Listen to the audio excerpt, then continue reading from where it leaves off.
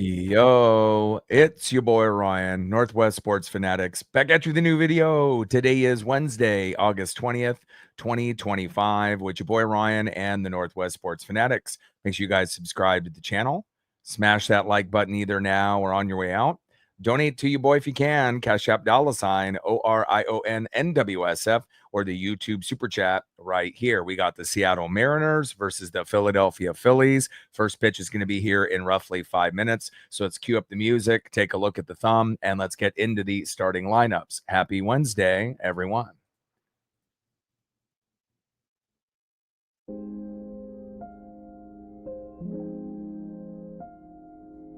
And on the thumb, on the left, is our center fielder, superstar Julio Rodriguez.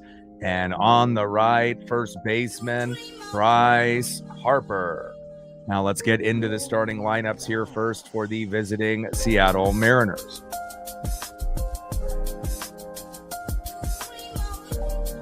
Leading off for the Mariners in left field, Randy Arozarena. Batting second, catching today for Seattle, big dumper Cal Raleigh. Batting third, center fielder Julio Rodriguez. Batting cleanup, batting fourth, third baseman, good vibes only, Eugenio Suarez. Batting fifth, DHing today for Seattle, Mitch Garver. Batting sixth, playing first base, Donovan Solano. Batting seventh, playing shortstop, ice water in his veins, J.P. Crawford. Batting eighth, playing right field, Dylan Moore. And batting ninth, playing second base, Cole Young. And on the mound for the Mariners with an 8-6 record, an ERA of 3.48, it is La Piedra Luis Castillo. And now let's get into the starting lineups for the home Philadelphia Phillies. Leading off for the Phillies at shortstop, Trey Turner. Batting second, DHing for the Phillies, Kyle Schwarber. Batting third, playing first base, Bryce Harper. Batting cleanup, batting fourth, catching today for Philadelphia, JT Realmuto. Batting fifth, playing third base, Alec Bohm. Batting sixth, playing left field, Brendan Marsh. Batting seventh, playing center field, Harrison Bader. Batting eighth, playing right field, Max Kepler. And batting ninth, playing second base, Bryson Stott. And on the mound for the Phillies with an 11-6 record, an ERA of 4.21, Jesus Luzardo. And we're going to be shooting for 100 likes, 100 on the dono train, and 5 to 15 subs. And obviously we know this road trip has not been, pretty. It's been ugly. It's been tough, and again, you're going to go through those peaks and those valleys. We also had a little bit of bad luck with some rain delays, with the Orioles, 2 games out of 3, 1 game, obviously with the Mets in the Little League Classic. And this Philadelphia Philly team is really good. Going into the matchup, I thought we would probably win 1. I was hoping for 2, but I thought the only way we were going to win 2 is if we won game 1. And obviously that didn't happen. They are a World Series contender. They're one of the only 3 teams, that have above 70 wins. You got the Phillies, you got the Dodgers, and you got the Brewers, and all 3 of those teams are World Series contenders. Now, we may be World Series contenders in the American League, and we only have a few less wins. We're 68 and 59. So obviously we still have a pretty good record, but the difference is we're only 31 and 34 on the road. And there's a lot of good teams that have an above 500 record, but a below 500 record on the road, or at 500, or just barely barely over. So it's very hard to be a great road team. And again, we have to find a way to try to prevent the sweep. And any means necessary. We're going to have to hit a couple home runs. Magic number will be 5 runs, 7 to 10 hits. And even that might not be enough, but hopefully we'll get a few homers, a few ribbies, and we got to hope and pray that Luis Castillo gives up less than 3 runs when he's out there and he can go 6 innings. And then hopefully that'll give us a chance. If we can't win, at least be competitive late. But I do think we have a good chance here today, based on, even though the lineup obviously isn't the greatest, and we've been going against a lot of left-handed pitching, and it seems like everyone on the Phillies has got an insane record as far as wins, losses, and ERA, even with Wheeler on the IL. But, I feel pretty good about this morning. And again, we have the day off tomorrow. And after we have the day off tomorrow, we're going to be live back on Friday. And we're going to be at home, thank God. And we're going to be playing the Athletics. And so as long as we don't play down to the competition and we're hungry to get back on to a win streak, I'm really looking forward to that game on Friday. We know Lawrence Butler is good. We know Rooker is good. Kurtz is good. Jacob Wilson is good. They don't got Miller anymore, the closer. They traded him away at the deadline. So we'll see where it goes. But I feel pretty good about today. And again, they've already won the first 2 games. We just have to prevent the sweep. But again, we have to get going early. We're going to have to try to score 1 to 3 runs within the first 6 innings. If we do that and get a home run, chances are going to be pretty good. And we're probably going to need a home run or 2 or 3 to compete. And this Philly team is amazing. So again, we're going to have to just try to do our best. And again, try Nets up. Let's go M's. Mike in the building, all day in the building. Let's go. Jeremy in the building. Cool Kid in the building. Let's get it, baby. Hawks in the building. What's good?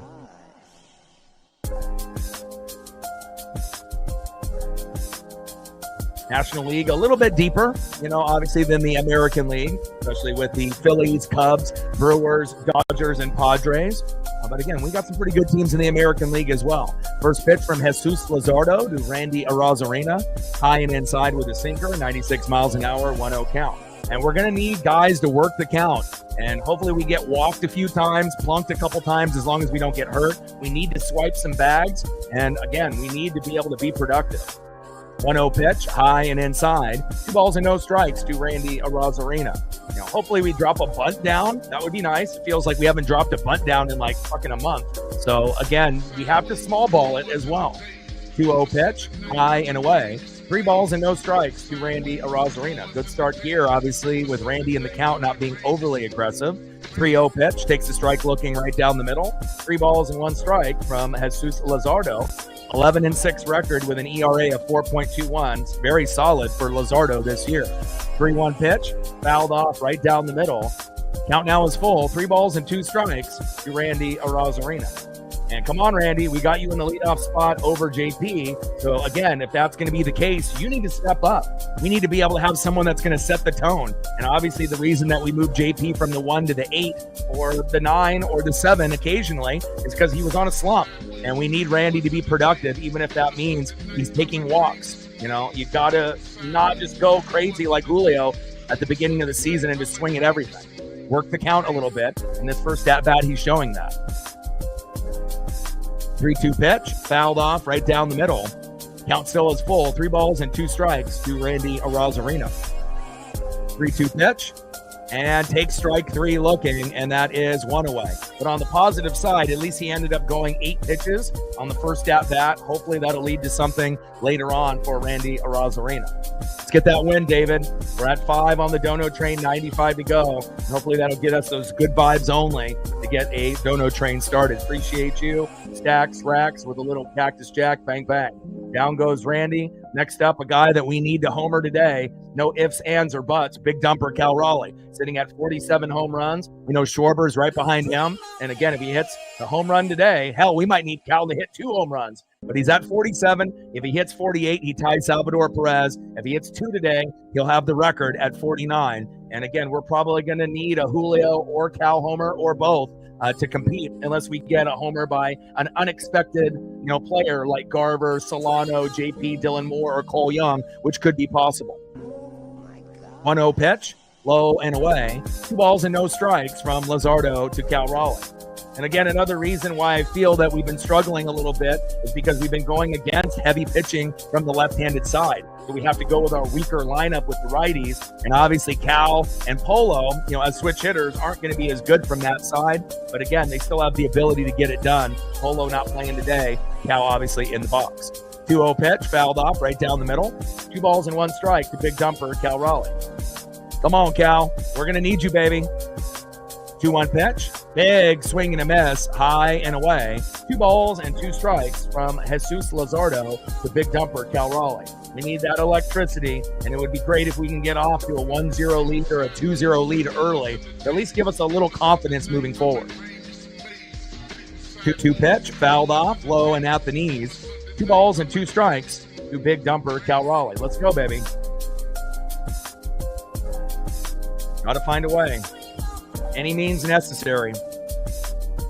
And we got no Naylor in the lineup, but let's be real. Naylor hasn't really been doing a whole lot since he got sick. So hopefully with a couple days off, he'll be a little bit better. 2-2 pitch, and Raleigh strikes out swinging. That is 2 away. Good start there for Luzardo. And again, it shows you, like, if we're going to be this weak, with a right-handed lineup, what would that mean going into next year? We need to get better righties, so that way when this situation happens, down the road, that we're not going to be taking all of these L's. Next up is Julio Rodriguez. First pitch from Luzardo to Julio. Takes a strike looking right down the middle. 0-1 count. 0-1 pitch. Takes a strike looking high and inside. Bad call there. Should have been called a ball, but called strike. No balls and 2 strikes to Julio Rodriguez. Let's go, Julio. You got to battle it out, baby. Let's go. Come on, J-Rod. Trident's up. But this stretch that we had to go through, on the road will be probably the toughest the rest of the way. So, on the bright side, moving forward after we get done with this series, I'm not going to say it's easy breezy, lemon squeezy, but again, it'll be much easier. It's still going to be difficult, but this stretch was pretty tough for us, and we obviously don't have to look back. We can look forward. 0-2 pitch, high and inside. 1 ball and 2 strikes to Julio Rodriguez. 1-2 pitch, back. See ya! Julio Rodriguez does it, baby. And sometimes you just got to call it how you see it. You ask for the home run, and you get the home run. Trident's up. Julio Rodriguez, my boy. And again, just like I said at the beginning of the broadcast, we're probably going to need Julio or Cal the homer or both. And there it is. My man. We need that 1-0, 2-0 lead. We mentioned that a couple minutes ago. And what does he do? He fucking delivers. My boy, J-Rod, Julio Rodriguez. Fuck yeah.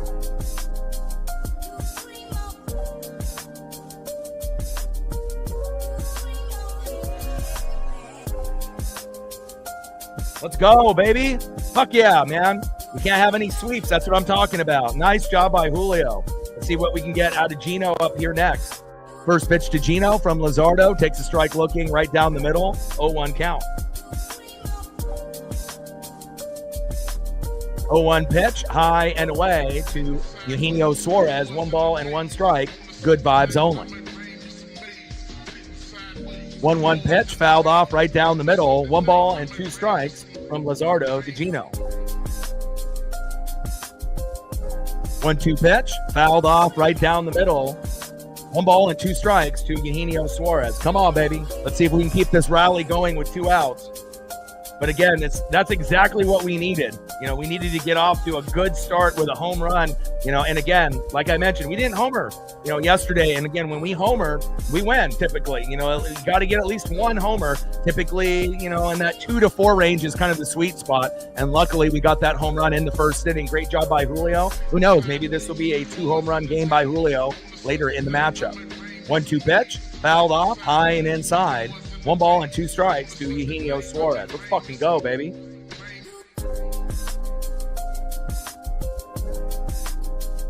1-2 pitch, And that is strike 3 on Eugenio Suarez, but it's, again, we'll take it. You're not going to expect everyone to be able to go on a rally like the Phillies did against Logan Gilbert in game number 1, but I'm super excited that we got J-Rod going here. And again, that's exactly what we needed, either Cal or Julio or both. And one Julio homers, there's a good chance that Cal may homer later in the game as well. Great job by J-Rod. I see you, my guy, and you've been electric in the second half. Now, hopefully that'll rub off on guys like Randy Arozarena and Cal Raleigh. But at the moment, we love it. Nice job, J-Rod. 1-0 Mariners. Now let's go to the bottom of the first, and let's see what we get out of Luis Castillo.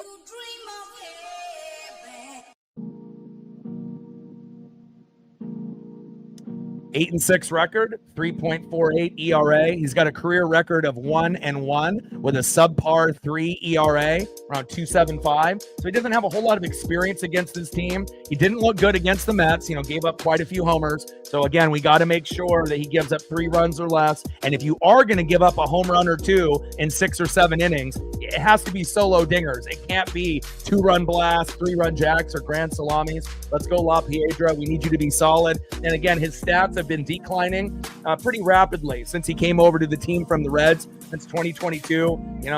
Doesn't go through a lot of the different types of pitches like some of the other guys in the starting 5.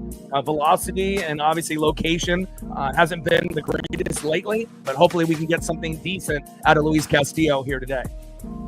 Leading off for the Phillies, shortstop Trey Turner. Batting second, DHing in the 2-hole, Kyle Schwarber. You may see a Schwarber bomb at some point today. Number 2 in MLB behind Cal Raleigh. And batting third, first baseman, having a great series against the Mariners, Bryce Harper. Trident's up, let's go M's. And I put Julio on the thumb thinking that he would homer and be a factor today. And look at that. Julio Rodriguez gets the job done, 1-0 Seattle. Like, sub, donate, comment, share. If you haven't smashed that like button yet, please do. Help us get to 100 likes, 100 on the dono train, and 5 to 15 subs. First pitch from Luis Castillo to Trey Turner. High and away, four-seam fastball, 92 miles an hour, 1-0 count. 1-0 pitch, takes a strike looking high and inside. That should have been called ball, but called strike. Interesting strike zone here early. We've got 2 bad calls, one for the Mariners and one for the Phillies. So it looks like when you get it high and inside near the elbow, they're going to be calling that a strike instead of a ball, which is a little odd because now on the 1-1 pitch that's low and at the knees, exact same location, just about maybe 6 inches lower, then he calls that one a ball. So it looks like high and inside, even though should be a ball, he's calling it strike, at least early in this matchup.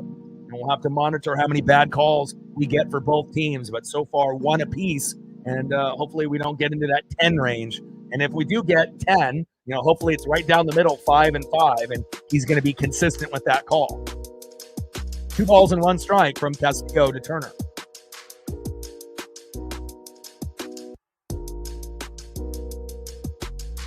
And Turner's trying to go for 3 all the way back at the wall, throw to third and safe. Wow, unbelievable. And again, Luis Castillo's struggles continue. You don't want to give up a fucking triple to the first batter. But again, we've had some problems with elite shortstops. We had Francisco Lindor against the Mets. He killed us. And Trey Turner doing the same damn thing. And again, I'm not sure what Luis Castillo thinks, if he still has the velocity as like a rookie or like a young, OG. But again, this guy definitely doesn't have the same type of stuff. And ERA on the road is making me a little nervous. First pitch from Castillo to Schwarber. Low and away, 1-0 count. And again, it feels like we never can celebrate. Anytime we end up doing something fucking amazing, we get a home run finally out of Julio, and then we end up getting the pitcher to fuck it all up, like 2 minutes later. Like, can we just hang on to a lead for at least an inning or 2 so we can feel good about ourselves? Apparently we can't. 1-0 pitch, low and away. 2 balls and no strikes to Kyle Schwarber. Now Castillo doesn't even want to throw it anywhere near the plate because he already gave up almost a home run and it ended up being a triple. But Schwarber ain't going to swing at that garbage. 8 feet off the plate, 3 pitches in a row. 3-0 pitch, takes a strike looking high and away. 3 balls and 1 strike from Castillo to Schwarber. Come on, baby. Let's go. But at least we have the 1-0 lead for now. I mean, it looks like they'll probably tie it up or take the lead in this inning, more than likely, unless we get incredibly lucky and we can keep Trey Turner stranded at third. But with the lineup of Schwarber, Harper, and JT Realmuto being the hero yesterday. That's going to be tough. 3-1 pitch. Big swing and a miss right down the middle. Count now is full. 3 balls and 2 strikes from Castillo to Schwarber. Come on, Luis. Find a way to get Schwarber out. I don't know how the hell you're going to do it, but find a way. Let's go. Schwarber in the box. Castillo on the mound.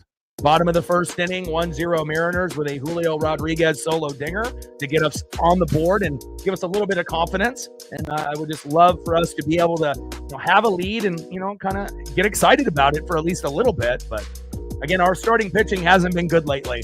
And especially on the road, ERAs have exploded to double what they normally are at home. So if you got a guy that's an ERA of sac fly and tagged up from third, easy. And Turner is in at home, 1-1. Man, that was way too quick. And that is 1 away. Next up is Bryce Harper. But, I mean, if you're talking about guys that, have an ERA of, in the high 2s or the 3s, it definitely is in the 4s and the 5s on the road. And that's pretty hard to win games when you're giving up 4, 5, 6, 7, 8, 9, 10 runs, and you're not able to get 5, 6, 7, 8, 9, 10, with the bats on the Mariners lately. 1-0 pitch. Takes a foul ball right down the middle by Bryce Harper. 1 ball and 1 strike from Castillo to Harper. We're knotted up at 1, but at least we have some action here early. Lots of excitement. Julio Rodriguez with a solo dinger and Schwarber, obviously with the RBI, to be able to get the job done for Trey Turner with that sac fly. 1-1 pitch, high and away. 2 balls and 1 strike from Castillo to Harper. Come on, Ems. Trident's up. Got a battle. Can't get swept.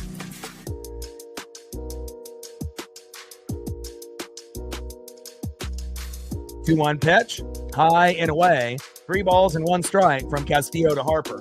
And I think Mariner fans and people that obviously have parlays, they're looking for that Cal home run as well. 3-1 pitch, and Bryce with the walk. And again, not a good start here for Luis Castillo, but he was garbage against the Mets. And, he hasn't really been very good lately. And again, it's like you expect Wu and Gilbert and Kirby to be great. And then obviously the guys at the bottom half, like Logan Evans and Castillo, to be kind of shaky, but you hope for the best. And then obviously we have Bryce Miller back. And, for the first few innings, he looked pretty good, but eventually ended up giving up around the same amount of runs as everyone else that starts for us. And, again, when you go from being a top 3 pitching staff with the starters, and now we're like, in the middle, out of 30 teams, it hurts a little bit. Hitting has gotten much better, but we're not used to seeing the pitching be this shitty. First pitch to JT Realmuto, takes a strike swinging, high and away, 0-1 count.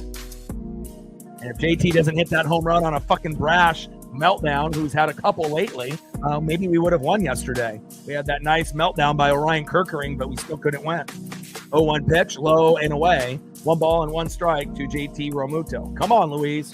And again, we're going to, not expect a whole lot of Ks out of Luis Castillo. I would say maybe 4 to 5, in this matchup. And we have to pray that we get some double plays and some pop-ups and ground-outs.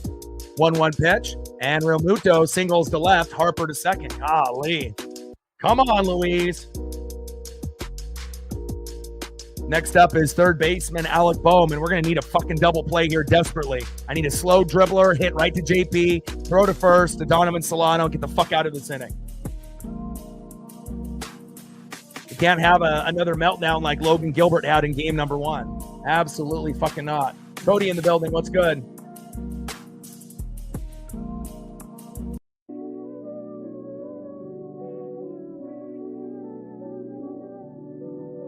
It's much better to be tied at 1-1 at this point rather than being down 1-0. At least we feel okay. At least we know Julio's going to bring it, and hopefully Cal and a few others will join the party.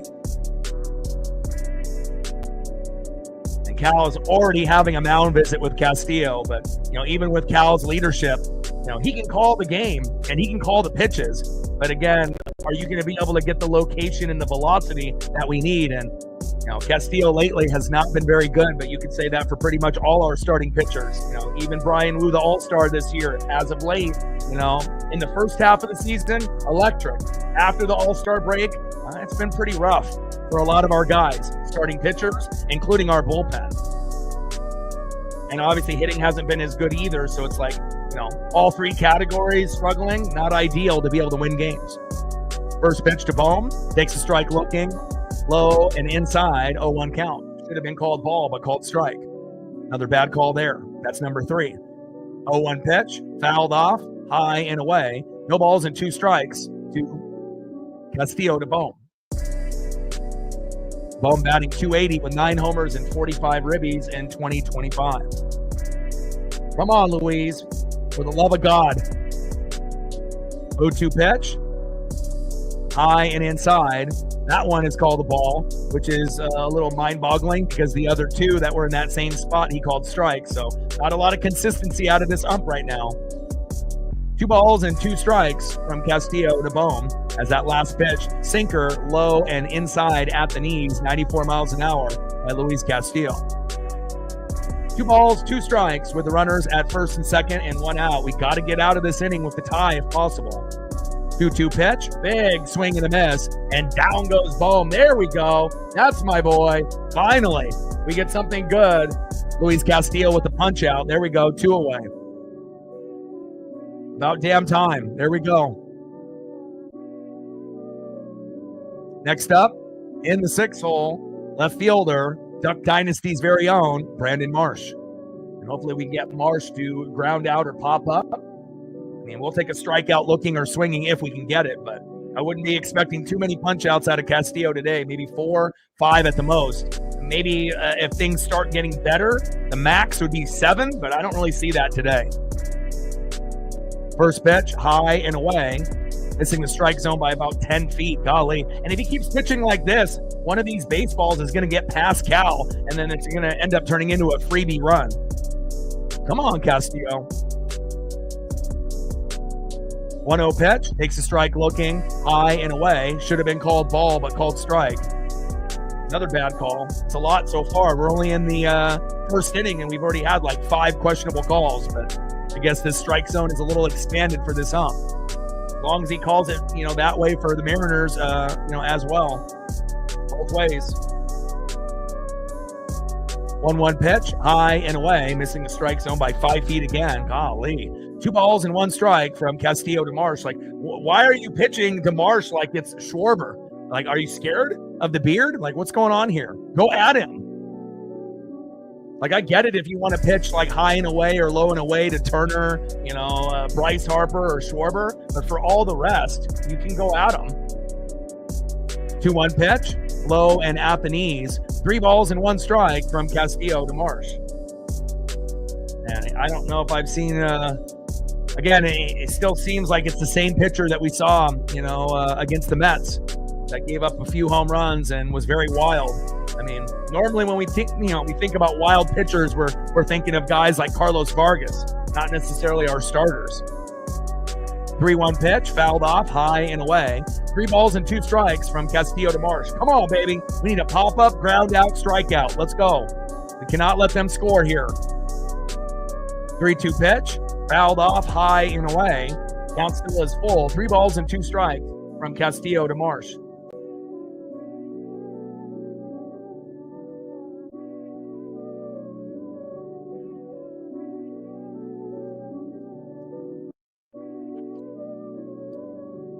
Bottom of the first inning, MLB Network global broadcast. We're knotted up at 1. Julio Rodriguez with a solo dinger to get us on the board first. Schwarber with a sac fly, scoring Turner, who got a triple at his first at-bat. And obviously the Phillies are setting the tone early. And big swing and a miss. There we go. Down goes Brandon Marsh from Duck Dynasty, baby. I like that. And we get another punch out of Luis Castillo just in the nick of time, my boy. And we keep the score 1-1. It definitely could have been 2-1, 3-1, 4-1 this inning. So at least we have a chance, early on with a 1-1 tie. Good job. Way to bring that electricity, even though you've been very shaky here early on. Good job, Castillo.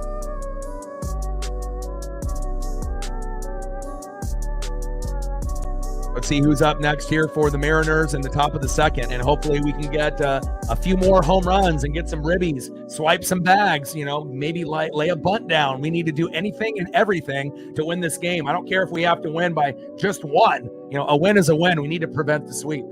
We need to have some good vibes as we hop on the plane back, obviously, to the West Coast with the day off tomorrow, and we'll be live on Friday against the Athletics.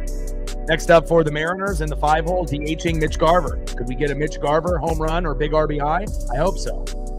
Batting second, first baseman Donovan Solano. And obviously Solano was terrible at the beginning of the year, but after, that terrible start, he's been kind of like a Miles Mastrobuoni, where it's not going to be a hit every single time, but it is a guy that is streaky and occasionally can get a hit here or there.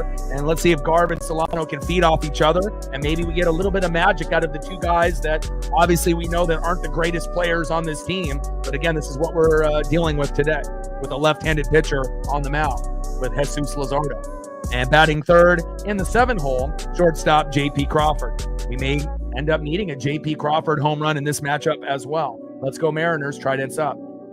Jesus Luzardo, 11-6 record with an ERA of 4.21. And I don't know if we've seen a team all year, even including the Brewers and the Dodgers that have over 70 wins. I don't think I've ever seen so many pitchers with insane records. It's like, how many guys do the Phillies have that have 10 wins or more on the mound? I mean, I wish Seattle had, guys like that this year, but, I guess beggars can't be choosers. We're going to have to wait our turn. Top of the second inning, 1-1, Mariners and Phillies. Let's go, baby.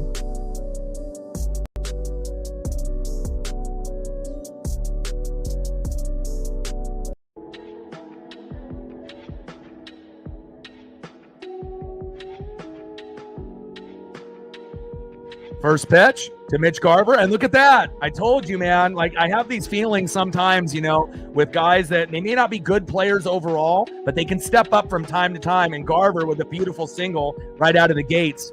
Might be a decent game for him. Good job. Let's see if Solano can get a single as well. Here we go. Sometimes guys can be the unsung hero. I mean, really the only guy that we don't believe in is this guy right here in the 8-hole, but even Dylan Moore, once in a blue moon, may end up trying to get a single and maybe get a walk. And if we can get that out of him, I would say that's a pretty productive day, considering he's our worst player on the team right now. Come on, Solano. First pitch from Luzardo to Solano. Takes a strike looking, 0-1 count. 0-1 pitch, big swing and a miss, low and at the knees. No balls and 2 strikes to Donovan Solano. Let's go, Don. Find a way to get on base, baby. Top of the second inning, 1-1, Mariners and Phillies. Yeah, Astros definitely having a meltdown. At least we're not scoring 0 3 games in a row. So, again, it could be a hell of a lot worse. 0-2 pitch. And big swing and a miss. Down goes Solano. And we haven't seen Solano play in quite some time. So, for him to strike out in his first at-bat, not surprising. But hopefully he'll be able to get us at least a hit before the game is up. Next up is shortstop J.P. Crawford. Come on, J.P. On deck is Dylan Moore. Dominic Canzone's x-rays were negative. He's still day-to-day, so I don't know if we're going to see him here today. And obviously we don't have Polo or Naylor in the lineup either at the moment, so we'll see where it goes. 0-1 pitch. Big swing and a miss, low and away. No balls and 2 strikes to J.P. Crawford. Yeah, and again, if we're going to end up, getting our ass kicked, as long as the Astros are getting their ass kicked also, then again, it's not like we're going to, lose ground. We're still going to be in that, 1.5, 2 games, 2.5 range, but as long as it stays within a game or two, we should be fine. We just can't have the Astros going on this massive win streak and then we continue to keep losing. And then all of a sudden we look up at the standings and we're at, 6 games back. We don't want that. So at least for now, at least the Astros are doing worse than us. So 0-2 pitch, low and away. 1 ball and 2 strikes from Luzardo to Crawford.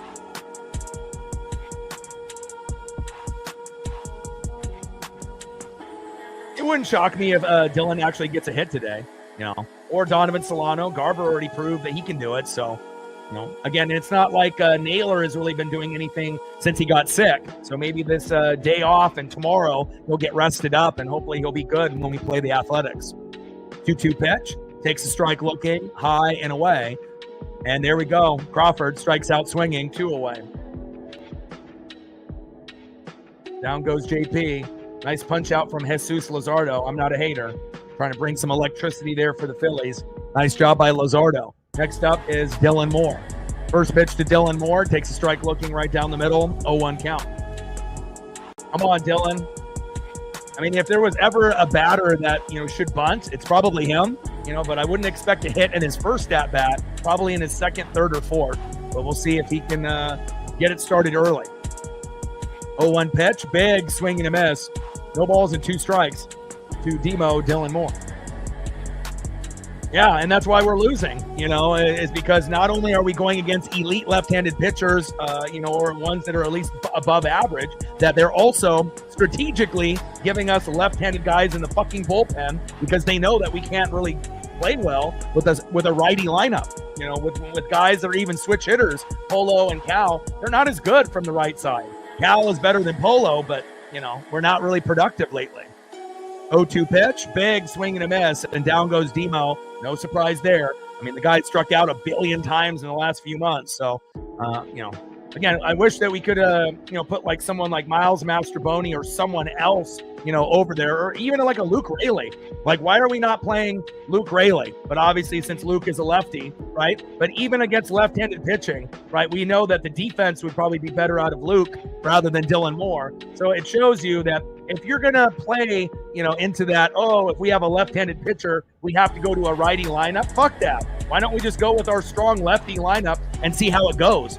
Because do we really think, by having Dylan Moore play over someone like Dominic Canzone or Luke Raley, he's going to play better? Chances that he won't, right? So I feel like at some point, if you keep losing over and over and over because they have a left-handed pitcher and we have to go righty because everyone else does it, let's buck the trend and say, fuck that. And let's just go with our strong lefty lineup and see what happens. And, are those guys that are lefties going to strike out against a left-handed pitcher? Yeah, but they're also going to give you a better defense and a better chance to actually get a hit compared to someone like Dylan Moore.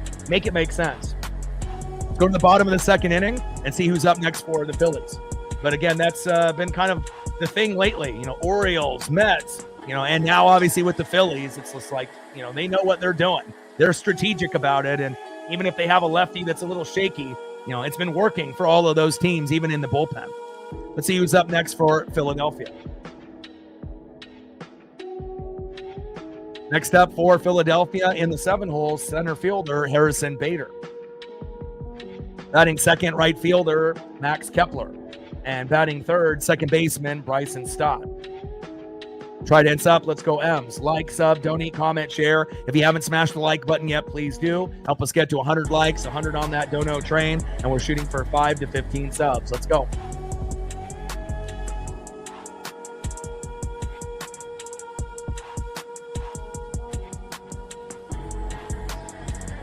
Yeah, but you also have to understand, too, we had, 2 rain delays against the Orioles, and we're 0-6 in rain delays. So if that doesn't happen, we probably win 2 out of 3. And if we didn't have a rain delay on the Little League Classic, we probably win that game also. So again, having 3 rain delays in a week and then playing one of the best teams in baseball, be realistic. It's not like you guys, everything, like the sky is falling. We're playing one of the best teams in baseball, and we're not very good on the road.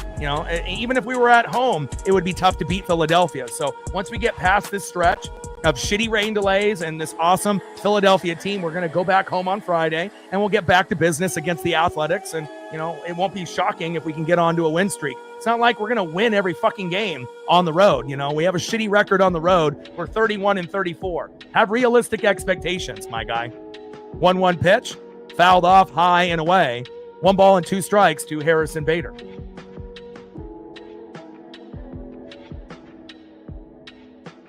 One-two pitch, and Bader reaches on an infield single to third, and safe throwing error by Gino. Come on, Mariners. Yeah, Rangers are not going to overtake the M's and the Astros.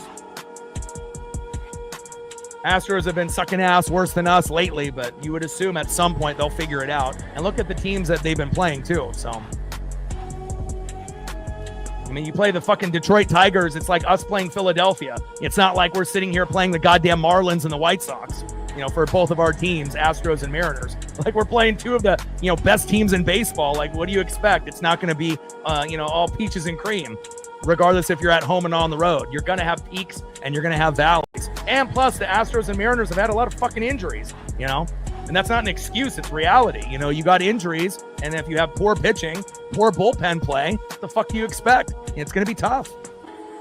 First pitch from Castillo to Kepler. Takes a strike looking, high and away, 0-1 count.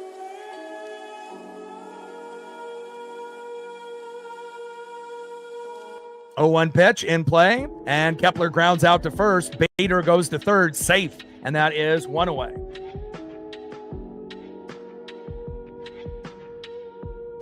Next up, in the 9-hole, second baseman Bryson Stott.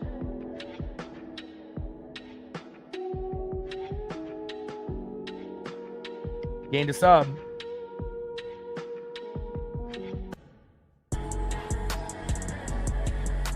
$84 more to go to 21,600. First pitch from Castillo to Stott. Takes a strike looking right down the middle. 0-1 count. Might be the first 0-1 count right down the middle that he's got all day. Come on now. Let's go. Well, Garver already has a hit. Amanda. I mean, obviously the lineup is not the greatest, but I do believe in Garver and Solano, at a small percentage. Demo, not so much, but, at some point, hopefully they go to a righty in the pen, and then we can substitute out Demo for someone else and, go from there. 0-1 pitch, big swing and a miss, high and away. No balls and 2 strikes from Castillo to Stott.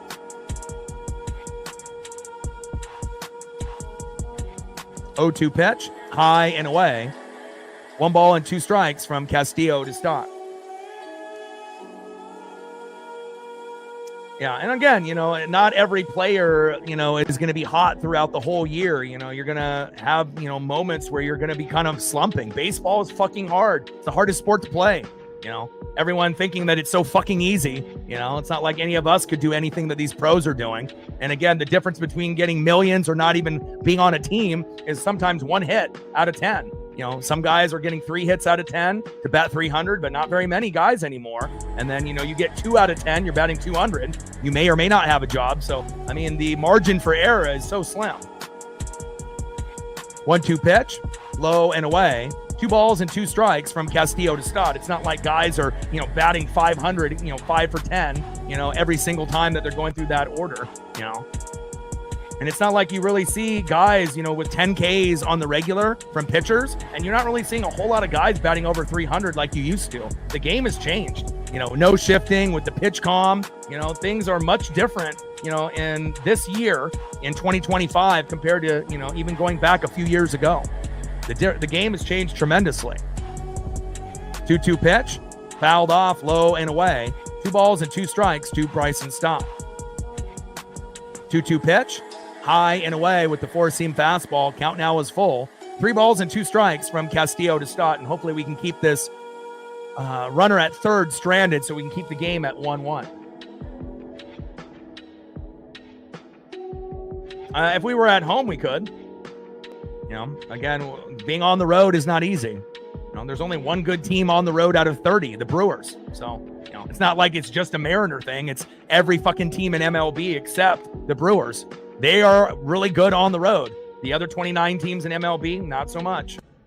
3-2 pitch, high and away. 3 balls and 2 strikes from Castillo to Stott. And again, you have to look at stats and analytics. If you're just watching games and not looking up anything stat-wise or analytic-wise, everyone can have an opinion, but really it does come down to the facts and, looking at the numbers. Numbers don't lie. Men lie, women lie, the numbers don't lie.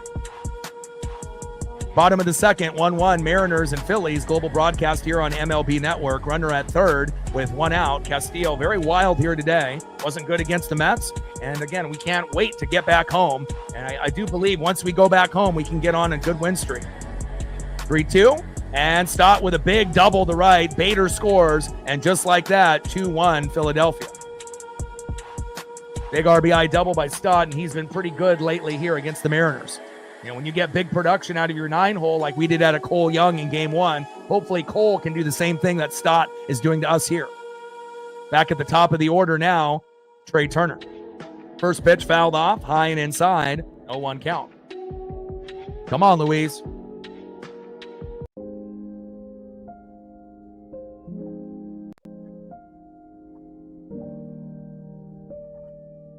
And at least the Astros are, playing worse than us. So it's not like they're, going crazy and, on this huge win streak. And again, they're getting zeros. At least we're not on that level.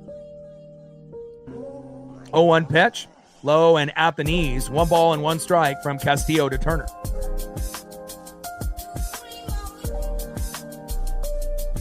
Bottom of the second inning, 2-1 Philadelphia. Come on, baby.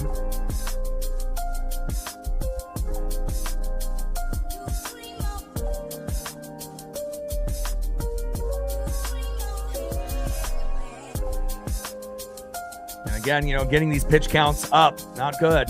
1-1 pitch, and another single by Trey Turner, Stott to third. Golly. Again, ERAs are exploding on the road. If you got a guy that's usually around a high 2 or a 3, it's like a 5 or a 6, it feels like, for a lot of these guys. Turner's been amazing at the leadoff spot, just like Francisco Lindor was against us on the Mets. Next up is Kyle Schwarber, and the last thing that we need is a Schwarber bomb, and then we're down 5-1. Come on, Louise.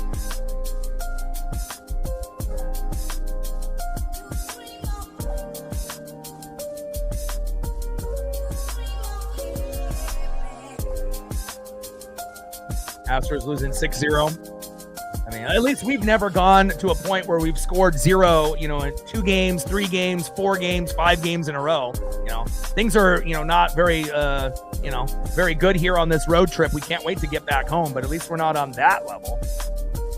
I mean, the game still obviously has some time to go to see where it goes, but, Tigers are really good, just like the Phillies. I mean, that could end up being a World Series option.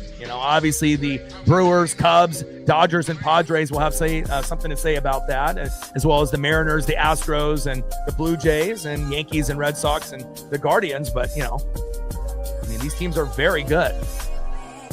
We only got 3 teams that are above 70 wins: Phillies, Dodgers, and Padres. Or no, Phillies, Dodgers, and Brewers, excuse me. First pitch from Castillo to Schwarber, fouls it off low and away, 0-1 count. 0-1 pitch. Fouled off high and away. No balls and 2 strikes from Castillo to Schwarber. Come on, Mariners. Got to find a way.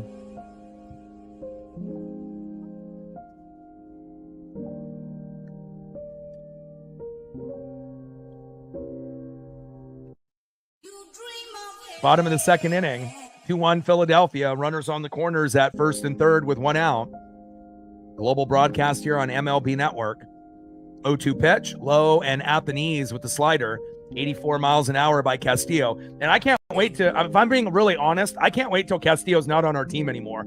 I can't wait to the time where he's off our team. Obviously with his age and his velocity, he just doesn't have it anymore. And I can't wait for Cade Anderson, to end up being in the starting lineup. And then we end up actually having a strong lefty in our starting 5. That's what I'm excited for. Even Durangelo, obviously pitching from the left and the right in the farm, but he's not ready. And I would assume Cade will be ready before him, but again, we'll see how they obviously progress in the farm before they get the call up. But, at some point, we need to be able to, figure out this roster. And, obviously Wu, Gilbert, Kirby are staples to the team. Miller is a guy that could be the 5 or kind of borderline, on the team, or, we'll see where he goes. I mean, normally he's part of the core, as the starting 4, and then we need that one guy. But if there ends up being someone better than Miller, then obviously like Durangelo, if he ends up being better, then obviously you'll have a nice little log jam for pitchers, and that's sometimes a good thing to have.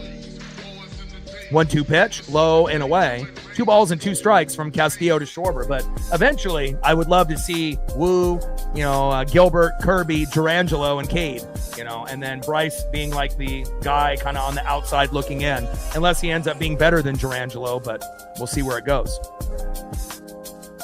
And Turner steals second, safe. And obviously, they were running on Bryce all day yesterday. And if you go back and watch the tape, almost everyone, this year when Bryce was hurt was running on him because they knew he had an injured back and elbow. Bottom of the second, runners at second and third. Now we have a full count, 3 balls and 2 strikes.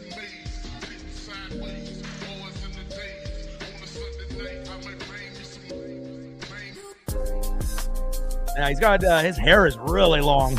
Yeah, he's got the whole beard thing going on as well. And again, if you look at his numbers, he's just been getting worse and worse and worse every year. It was good when we got him in 2022 to make the playoff run with Cal and Julio in their rookie year. But every year since then, he's gotten progressively worse and worse and worse. I mean, remember, he used to be our 1. Now, essentially, he's like our 4. But he actually pitches more like our 5. And throw home.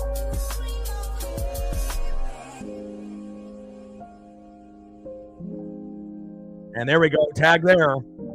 And that is 2 away.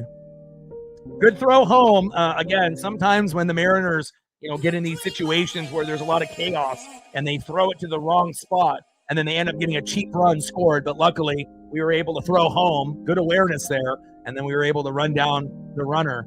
And now we have 2 away. Fielder's choice, 2 away. Next up is Bryce Harper.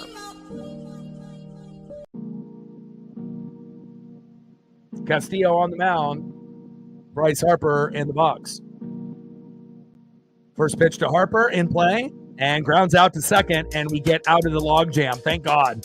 We leave 2 stranded. They did score 1, but hell, being down 2-1, with Castillo being really terrible, we could be down 5 or 6-1 right now. So at least we're still in it.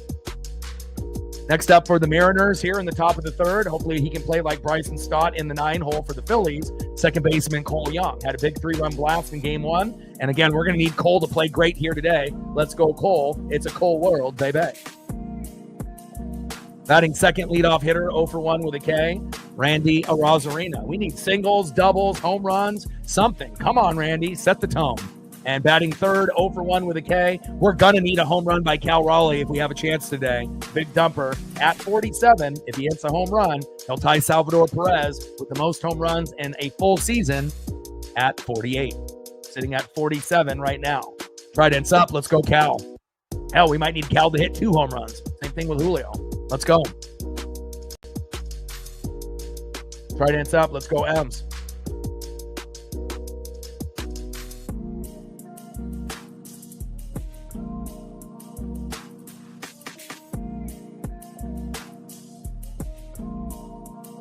All right, we're at 32, 18 more to get to 50. Now we're at 34. Still got about 60 people in the room that haven't hit the like button, 64. We get half of those people, we'll be able to get to that 50 number. We're trying to get to 100. So if you haven't hit that like button yet, please do. And we're at 5 on the dono train, 95 to go.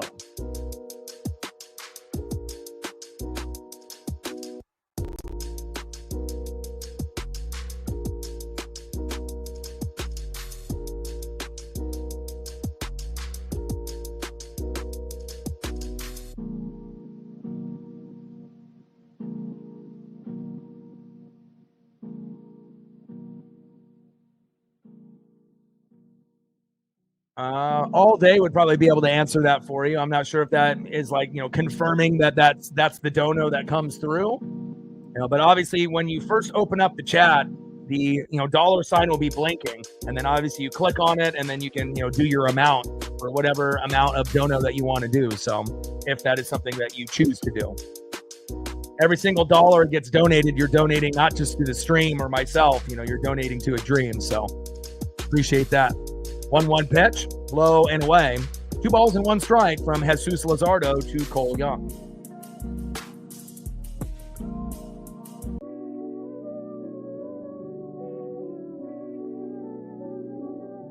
Two-one pitch and flied out to left, and that is 1 away.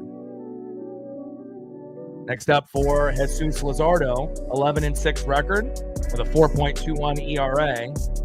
Randy Arozarena. Come on, Randy. First pitch, low and away with a sweeper, 85 miles an hour by Luzardo. 1-0 count. Come on, Randy. Set the tone. And Randy is overdue for a home run, just like Polo and a few others. More than half of the lineup is overdue. 1-0 pitch, takes a strike looking, low and away. 1 ball and 1 strike to Randy Arozarena.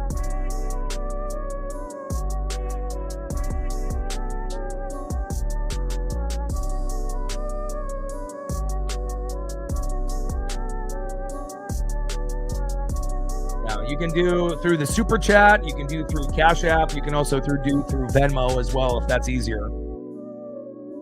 2-1 pitch, fouled off, high and away. 2 balls and 2 strikes from Luzardo to Arozarena.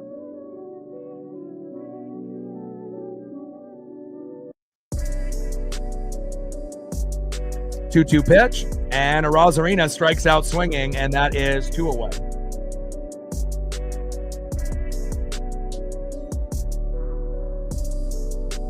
Down goes Randy. Next is big dumper Cal Raleigh. 0 for 1 with a K. And again, another part why I feel Cal hasn't been smashing home runs on that frantic pace. We've been going against a lot of left-handed pitching.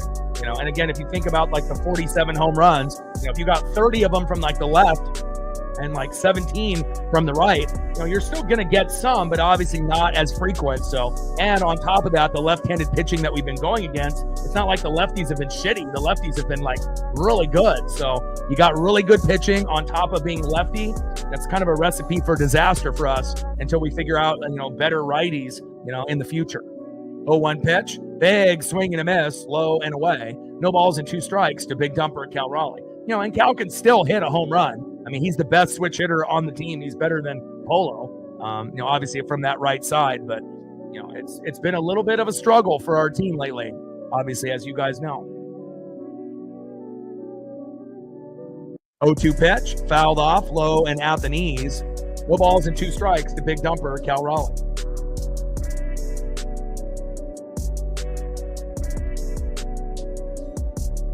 But I do believe once we play the Athletics at home, the home runs will be back. The vibes will be better. It's just sometimes you go on these long road trips and, you just can't wait to get back home. And I do feel that we will start a new win streak and things will be better. Pitching will be better at home. Bullpen will be better at home. The crowd will be behind us. And then the RBIs and the home runs will be back. 0-2 pitch, fouled off, low and at the knees. No balls and 2 strikes from Luzardo to big dumper.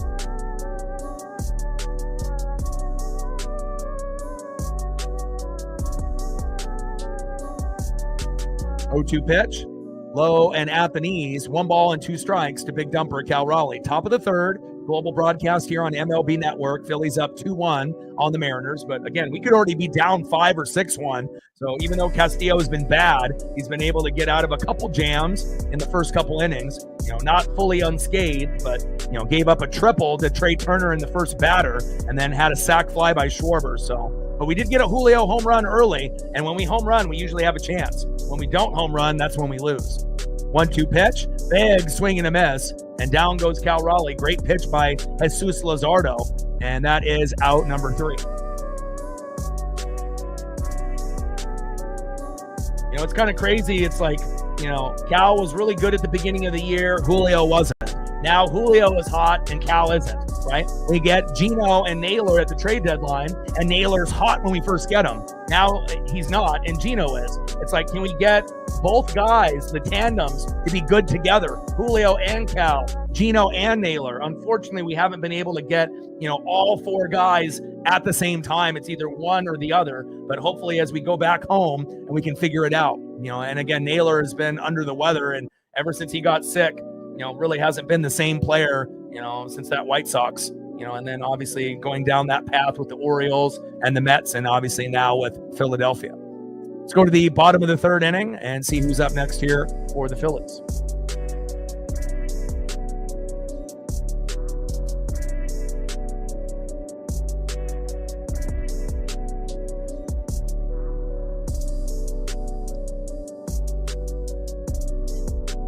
Yeah, I think it's more than a bad taco. It sounds like it's a cold, flu, or COVID. And COVID has still been rampant in sports. It's just not something that's really talked about.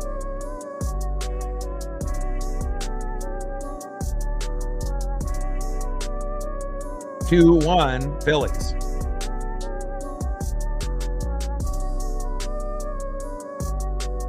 Next up for the Phillies, 1-for-1 catcher JT Realmuto. And he was the hero yesterday. And then again, with starting pitching not being great, hitting being a little questionable, the last thing that we would, least expect to happen is our good guys in the pen fucking up.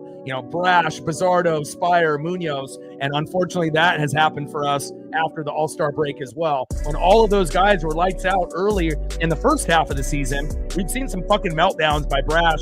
And again, that was not ideal. If Brash pitched well, he would have won yesterday. But when you give up a big home run late, the rest is history. On deck in the 5-hole is Alec Bohm. And then batting third, left fielder, Duck Dynasty's very own Brandon Marsh. Let's see if Luis can keep it under 3 runs when he's out there. But, based on how the hitting has been so limited, we may need him to keep it to 1 or 2 runs instead of 3 or more. So, first pitch from Castillo to Real Muto. Takes a strike looking. 0-1 count. And we definitely want to be able to see our good guys, rather than, unless they bring in Vargas and he pitches well. But, with him, it's been kind of hit or miss. But lately, he's actually been pretty good the last few times. And we don't got to worry about Kowar or Legumina. They're in AAA now. So no meltdowns by those guys. 0-1 pitch, fouled off low and at the knees. No balls and 2 strikes to JT Realmuto. 0-2 pitch and grounds out to JP, throw to first. And that is 1 away. Next up is third baseman Alec Bohm. Bottom of the 3rd inning, 2-1 Philadelphia. And again, we have a Julio Rodriguez solo dinger to give us the 1-0 lead. Great defense by JP. What a fucking stud, man. Let's go. Yeah, again, that's something that we've already talked about. We have righty lineups are not good for us when we go against lefty pitching. And again, almost every series here on the road, they purposely have been throwing lefties out there as well as the bullpen lefties. And again, that doesn't make a good recipe for success, when we're already kind of struggling with starting pitching, bullpen, and hitting.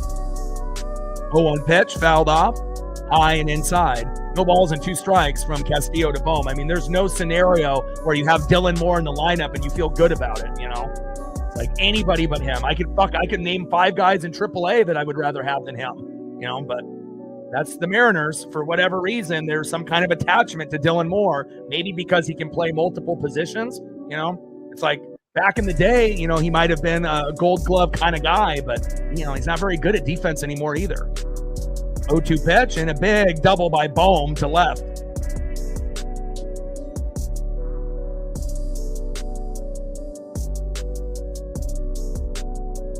Yeah, if you hit the button, obviously, if it says the number amount, you're going to have to put in your debit card info. It's not going to send a dono unless you have your card info on file, and I don't think it's going to be a credit card. It has to be debit card.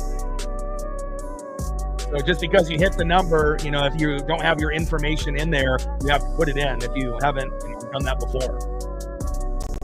Reflect with a 3-year. Appreciate you. First pitch to Marsh. Big swing and a miss right down the middle. 0-1 count. 0-1 pitch, high and away. 1 ball and 1 strike from Castillo to Marsh. But Reflect may be able to answer, some of the dono questions and how that works. But usually once you have your debit card information in there, then it goes from there. But if you've never donated before, once you hit the number, you have to put in your information. 1-1 pitch, fouled off right down the middle. 1 ball and 2 strikes to Brandon Marsh. Appreciate you, Reflect. Stacks, racks with the little Cactus Jack. Bang, bang. We're at 8. 92 to go to hit the goal. Let's go.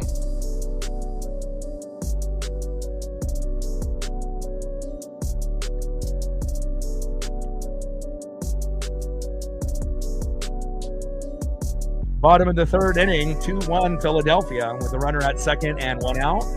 Global broadcast here on MLB Network. Castillo on the mound, Marsh in the box. 1-2 pitch. And another single by Marsh. Unbelievable. Getting kind of flashbacks to Logan Gilbert, even though I know it's not that bad. It shows you, this is one of the 3 teams that has over 70 wins. It's not going to be easy, especially when you're playing them in their, stadium. It's one thing if we were playing, them in Seattle, we could still lose, but we probably would be more productive at home rather than on the road, since we're only 31 and 34 on the road. And Philadelphia is 39 and 21 at home, so almost unbeatable at home. lately. Next up, 1-for-1 with a run, Harrison Bader, and we need a double play fucking bad. We need a slow dribbler by Bader right up the middle to JP and get out of this inning, please. First pitch, and Bader grounds out into the double play, throw to first, and got him. There we go. You ask and you shall receive, and that's exactly what we fucking needed. Great play there by Gino to JP to Donovan Solano. Bang, bang, bang, baby. There we go. This is a game where we easily could have already been down 7-1. So even though Castillo has been asked, the defense has been good and we've been a little lucky. Now we need someone to step up other than Julio Rodriguez. End of the third inning, 2-1 Philadelphia. We're preventing the sweep, or at least we're trying to. Let's go.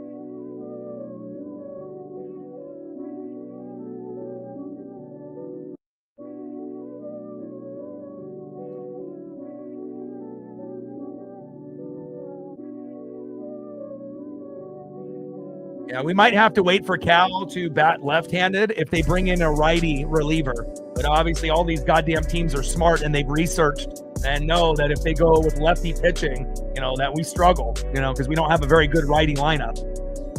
Especially when you have Garver, Solano, and Dylan Moore in the lineup. Even though I don't mind Garver and Solano, it's really that Dylan Moore. Don't want him in the lineup. He shouldn't even be on the team. Hell, I don't even know if he deserves to be on AAA, but we're hanging on to him for some kind of reason. I don't know why, but again, me and Reflect could probably name off 5-6 guys in AAA that we'd rather have than him. But again, it is what it is. Next up for the Mariners, 1-for-1 with a solo dinger that gave us the 1-0 lead.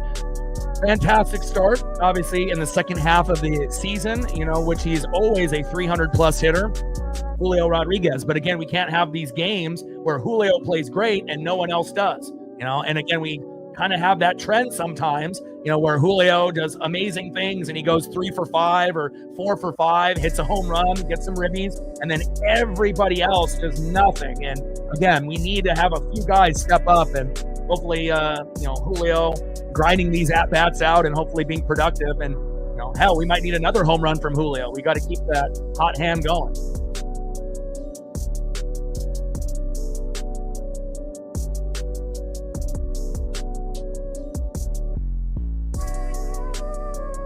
First pitch from Luzardo to Rodriguez, fouls it off, high and away, 0-1 count. Top of the fourth inning, we're only down 1, so we have a chance. We're just trying to prevent the sweep.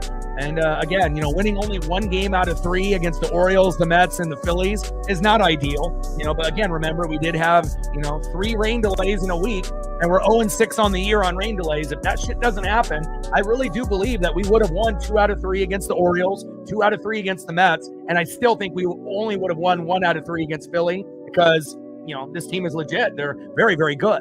Not to say that the Orioles and Mets are garbage, but those teams are a little bit more beatable than Philadelphia. When you're going against Philadelphia, that's like going against the Brewers or the Tigers. It's not easy. Even though we were able to win, with a sweep right before the All-Star break and score 35, but that was then. This is now. 1-2 pitch, high and inside. 2 balls and 2 strikes to Julio Rodriguez. Come on, J-Rod. Let's keep it close. Like, sub, donate, comment, share. If you haven't smashed that like button yet, please do. Help us get to 100 likes, 100 on the dono train, and 5 to 15 subs. 2-2 pitch. Low and at the knees. Count is full. 3 balls and 2 strikes from Luzardo to Julio.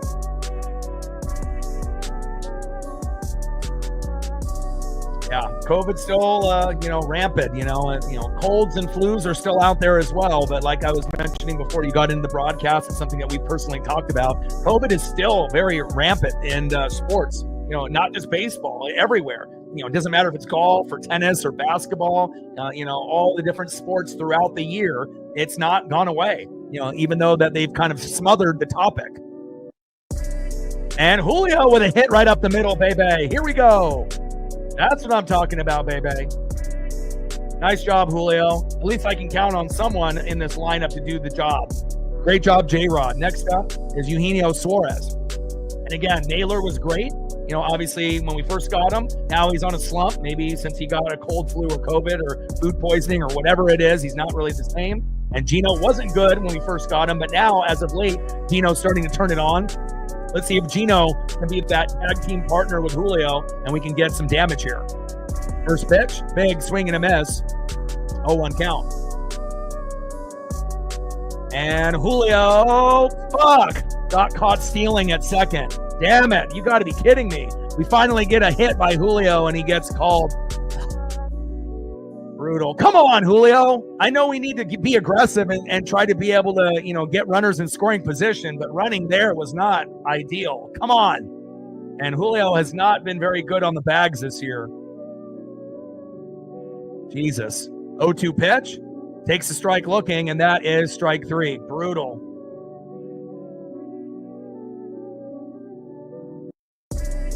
Next up is Mitch Garver. At least Mitch is another individual that ended up getting a single. Let's see if Mitch can get another hit here.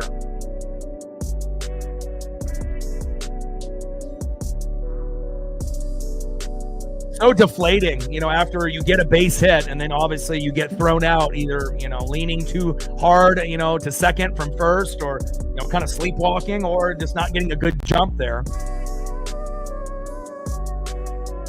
I mean, it's hard enough for us to get anything at this point, but hopefully Julio will be able to make up for that blunder.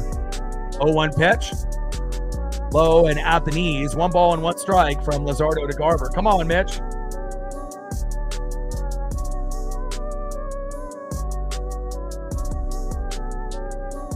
And we got 3 hits. They have 7, and we have an error, so not ideal. And down goes Garver, and that is out number 3. Let's go to the bottom of the 4th inning. At least we're close at this point. It could be much worse. We could already be down 5-1, 6-1, 7-1 based on all those hits that they've gotten already. Let's see who's up next here for Philadelphia. Can't wait to go back home. And we got the day off tomorrow, and then we'll be back, obviously, on Friday against the Athletics. What a great catch by Marsh there in left field. Incredible. Next up, 0 for 1 in the 8-hole, right fielder Max Kepler. Batting second, 1 for 1 with an RBI. Second baseman Bryson Stott. And batting third, 2 for 2 with a run, shortstop Trey Turner. It's almost like seeing Francisco Lindor all over again in that Mets series. When you got a really good shortstop leading off, it does make a huge difference. Trident's up. Let's go M's.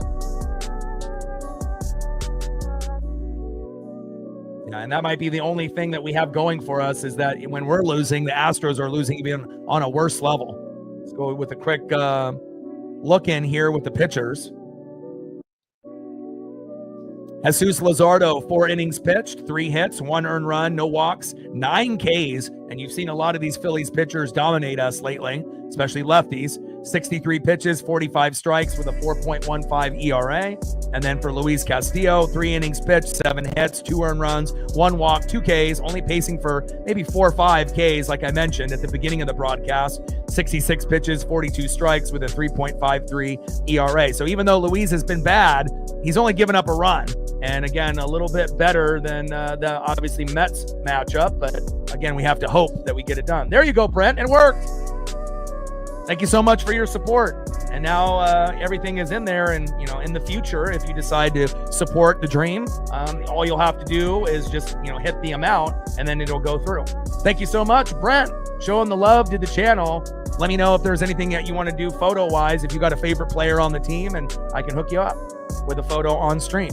Stacks, racks with the little Cactus Jack, bang, bang. Brent showing love, $5 holla. Appreciate you. Thank you for helping him out reflect with that. Obviously, people that have never donated before, it's kind of a weird concept and whatnot, you know, with all the buttons and what you need to do. And also, YouTube has changed their format, recently. They used to have like a $sign on the main screen itself, and then now you actually have to open up the chat to hit the $sign on the bottom right corner that flashes blue, and then you click on it. So again, YouTube is definitely making different adjustments on the format over the last few months. 3-0 pitch, takes a strike looking right down the middle to Kepler. 3 balls and 1 strike from Castillo to Kepler.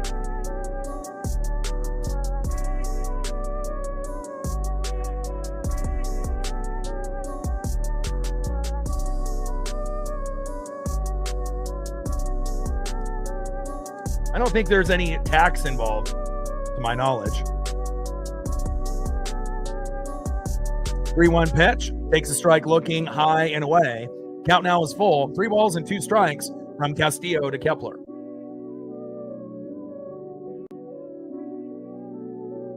Three-two pitch. Fouled off high and away. 3 balls and 2 strikes from Castillo to Kepler. Now, we got quite a few people that live in Washington that, donate on the regular. Oregon, Washington, and all over, but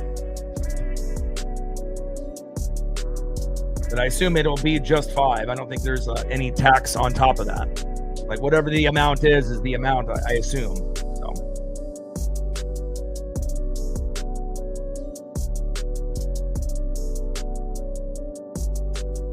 Three-two pitch, and Kepler, goodbye. And that's the first home run given up by Castillo here. 355 feet, 3-1 Philadelphia. Ay. Nice bomb there by Kepler. Crushed the fuck out of that. Luis, you can't give up any more runs, my guy. Right there into the first row in the outfield. Next up is second baseman Bryson Stott.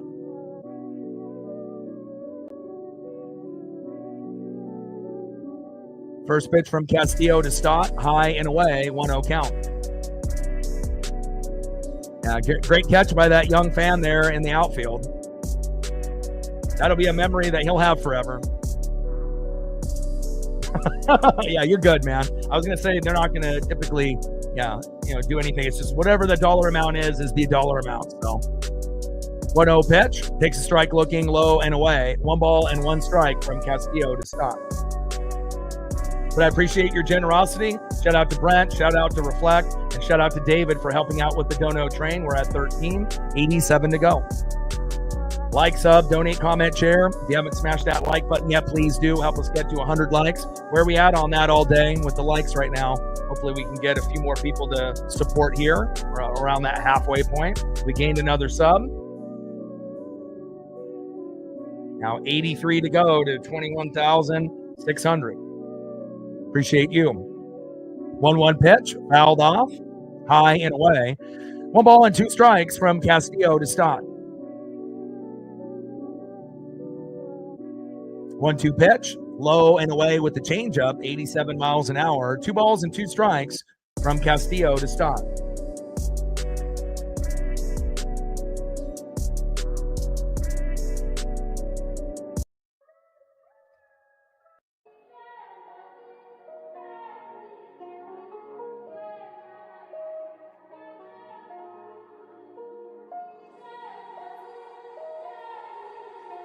Two pitch, and Stott singles to right. Man, he has been very good. And again, when you get 9-hole hitters that are abusing your pitcher, nothing is more demoralizing, when you end up having guys at the bottom end of the order just killing it. And now we're going to a guy that has been lights out, just like Francisco Lindor for the Mets, leading off for their teams, 2 for 2 with a run, Trey Turner.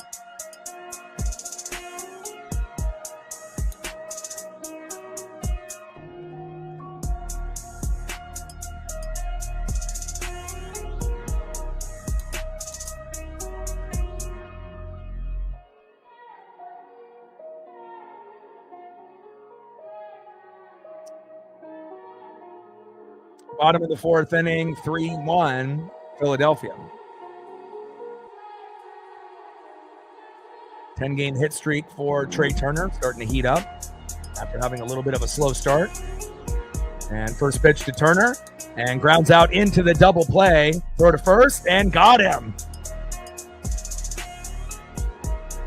There we go. It's funny, as soon as you say that about Gino, he makes a great double play.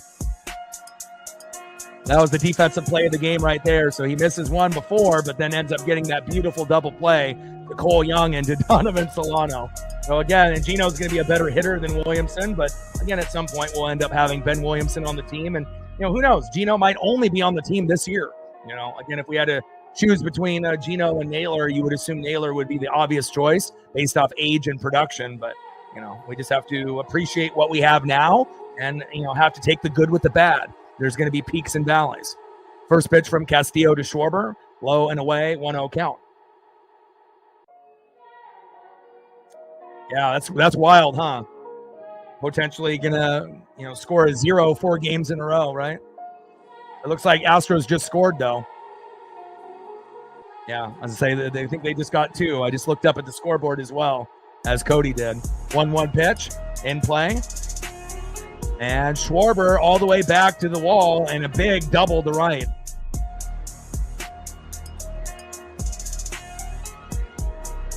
Nice hit there by Schwarb. Wasn't a Schwarber bomb, though, so at least we're good for that. Next up is Bryce Harper. Got to be careful with him. We don't want him to get a homer here and be down 5-1.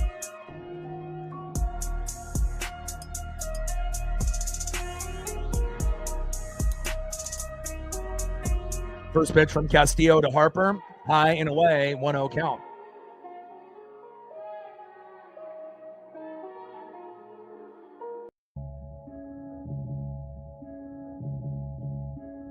One-0 pitch, high and away. 2 balls and no strikes from Castillo to Harper. Bottom of the 4th, 3-1 Philadelphia.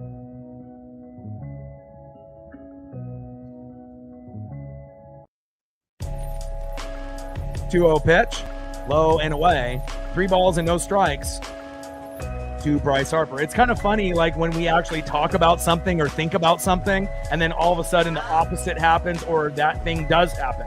It's like when we talk about, we want a home run now or a double play, and then boom, we get it. Or we're talking about another team. They're at 0, and then all of a sudden 5 seconds later, they finally get on the board. Or, I don't want Gino on the team anymore because he missed a foul ball, and then 5 seconds later he makes the play of the day, with the double play on defense. It's funny how that ends up, kind of happening. Sports gods are always listening. 3-0 pitch, and that is a walk to Bryce Harper. I guess that's better than a 2-run blast.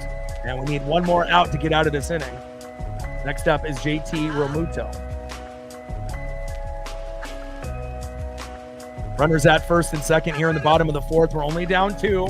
So, we're still in it, but we need more production from just, Julio and Mitch Garver. Julio got a home run, but we haven't got anything other than that. And again, we're going to need others to step up, and hopefully we can get, Jesus to exit, and then we can bring in a righty and they can have a fucking meltdown. Now, I don't know if they would be bringing in, Romano, who's got an ERA of almost 8. That would be the guy that we would want to face, or Orion Kerkering, who had a meltdown yesterday. But we just need a fucking meltdown by somebody, so that way we can actually bring in our lefties or start to fucking hit.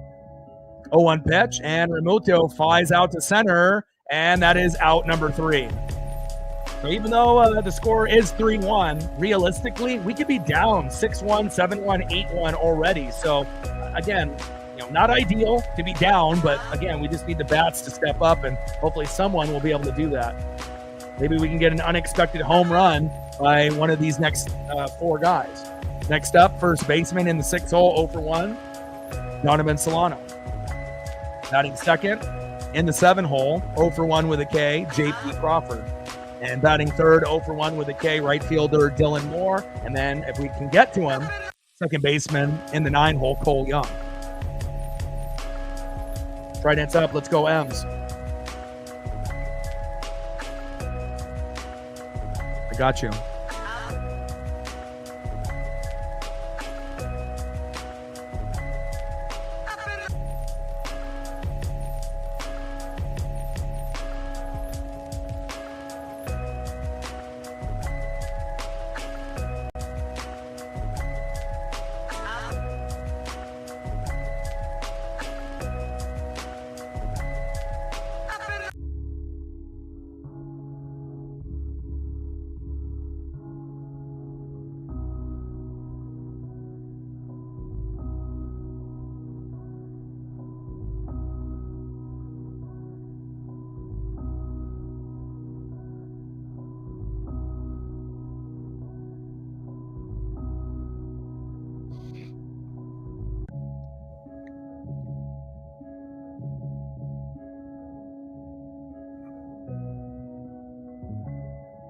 Hit you with a Cole Young or 2.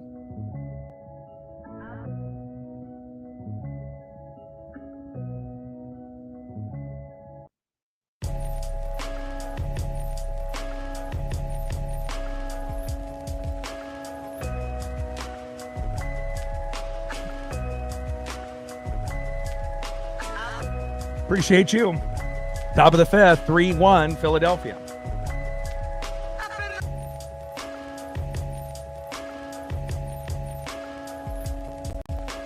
First pitch from Jesus Luzardo to Donovan Solano. Takes a strike looking high and away with the sweeper, 83 miles an hour, 0-1 count. Come on, Donovan. 0-1 pitch, low and at the knees. 1 ball and 1 strike to Donovan Solano. Come on, Don. Where's that unexpected home run that just comes out of nowhere? Come on, Solano. Let's go. We could really use another home run, too. 1-1 pitch, big swing and a miss, low and away. 1 ball and 2 strikes from Luzardo to Solano.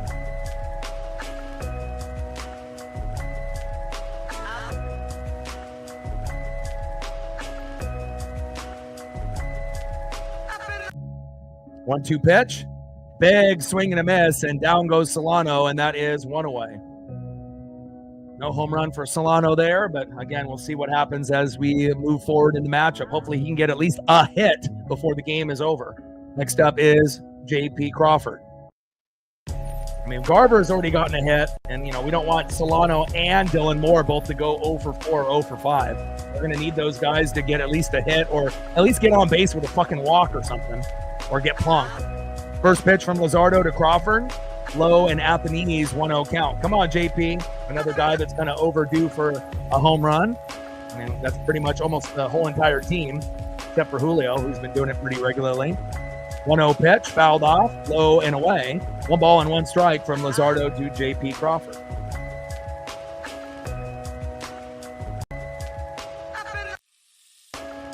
I mean, you know, those things I know on, I think through like Cash App, it gives you options, you know, for stuff like that. It's not, you know, normally it's just, usually Cash App, Venmo, or through the super chat through YouTube. I have had someone send me like, you know, partial amount to like a Bitcoin before, but that's only happened to me one time. So 1-2 pitch, fouled off, high and away. 1 ball and 2 strikes with nobody on and 1 out. Top of the fifth, global broadcast on MLB Network.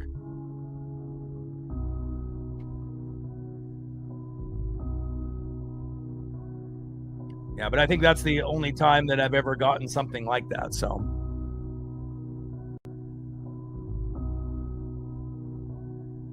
2-2 pitch, big swing and a miss, and down goes JP.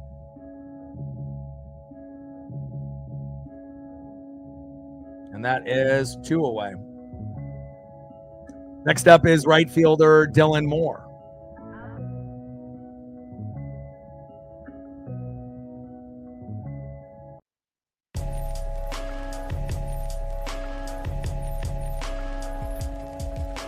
I mean, could Dylan Moore be the guy that gets us back closer into this deficit? I don't know.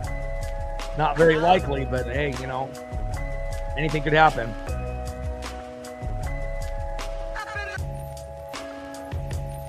Yeah, I remember when it was at 1,000 and I almost, I almost bet, you know, and whatnot. So, but again, you got to have money to make money. 0-2 pitch, high and away. 1 ball and 2 strikes from Luzardo to Demo.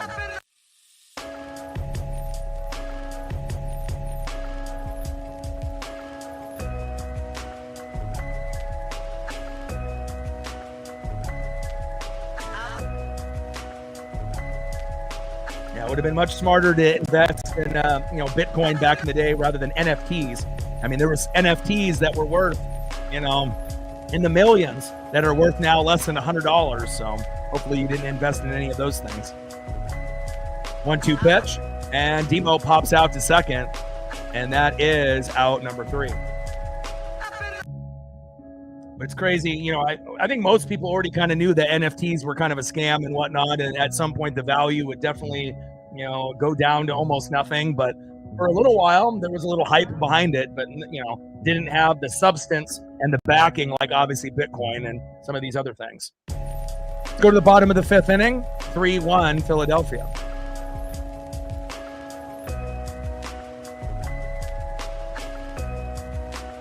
Next up, 1 for 2 with a K. In the 5-hole, third baseman Alec Bohm. Batting second, 1 for 2 with a K, left fielder Brandon Marsh. And batting third, 1 for 2 with a run, center fielder Harrison Bader. Trident's up. Let's go M's.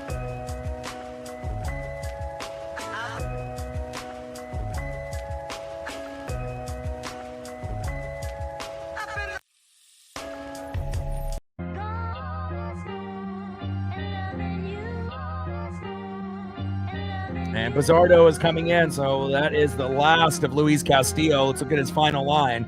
4 innings pitched, 10 hits, 3 earned runs, 2 walks, 2 Ks, 88 pitches, 54 strikes, 3.57 ERA. And he gave up 3 runs. You know, I was hoping it was going to be 1 or 2, but again, at least it's not 5 or 6, 7, 8, 9, 10.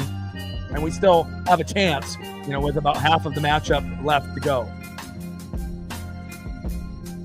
And hopefully we get the good Bizzardo. And hopefully we end up finding a way to compete here.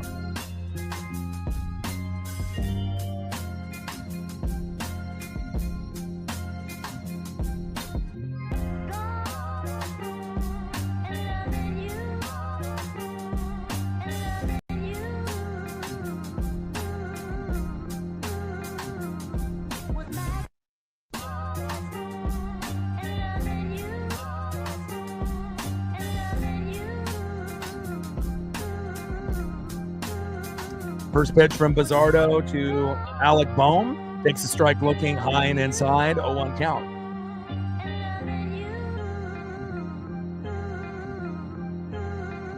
Bottom of the 5th, 3-1 Philadelphia.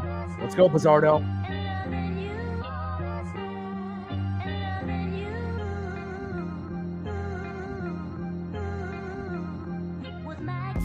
Oh-1 pitch. Right down the middle. Takes a strike looking. No balls and 2 strikes from Bizzardo to Bohm. Let's go, Edward. And I'm proud of Bizzardo's progression and his development, you know, being one of the worst in the pen last year with Sauce and being able to be one of our best, you know. And obviously, if you're looking at everyone that we have in the pen, probably the most consistent. Brash was great, you know, at the beginning of the year, but then has kind of had some meltdowns lately. Spires hit or miss. And obviously Mooney is a great closer, but he'll have a meltdown once in a while. But, you know, if you actually look at everything, Bizzardo has been probably our most consistent guy in the pen, especially since Brash has blown some games late for us. So shout out to Bizzardo and his development. 2-2 pitch, low and away. 3 balls and 2 strikes to Alec Bohm. Come on, Bizzardo.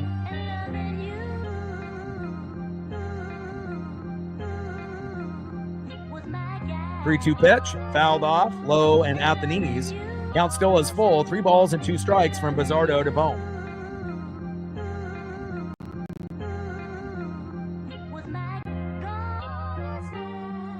I haven't heard anything about the release on those yet. Are those through like Topps now? Or through like Topps? I mean, I'm in the card game and whatnot. It's not like I buy cards on the regular anymore like I used to, but, you know, I'm still very, you know, I always check out things that are coming out, you know, through PSA or BGS, you know, through obviously, you know, different stuff that's graded and obviously all the, you know, manufacturers and whatnot. I do like Topps Heritage in the way that they're styled. They remind me of like old school cards from back in the day. And I still like junk wax stuff, you know, from the 80s and 90s. Obviously, it doesn't have the same type of value of some of the, you know, cards now. But obviously, the market is a lot different now than what it was. But things are definitely oversaturated. And, you know, you pay a lot of money and you don't get a whole lot typically. So, you know, it's usually smarter to buy individual rookie cards and whatnot instead of buying boxes. You're going to lose a lot of money that way. 3-2 pitch. And that is strike 3. Nice job by Bizzardo. That is 1 away. But I haven't heard anything on the Cal Raleigh cards. Down goes Bohm. 1 away. Next up, left fielder.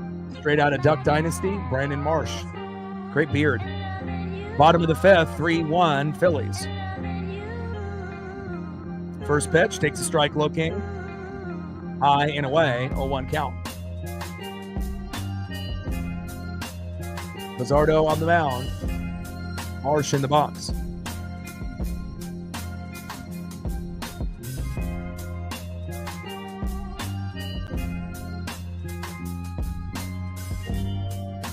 0-1 pitch in play, and Marsh grounds out to second, throw to first, and that is 2 away.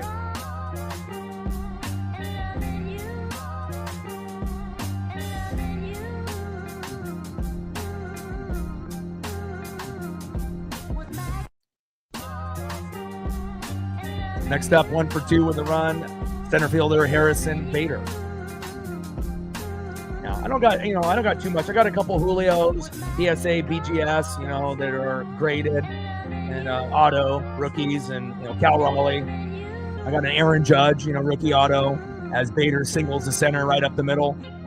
But again, it's like I usually don't really buy packs or boxes anymore. It's like if I ever have a chance to have extra money, usually it'll be rookies or rookie autos, things of that nature. So, but really the Judge was just like an investment piece, to be able to buy, to hang on to, and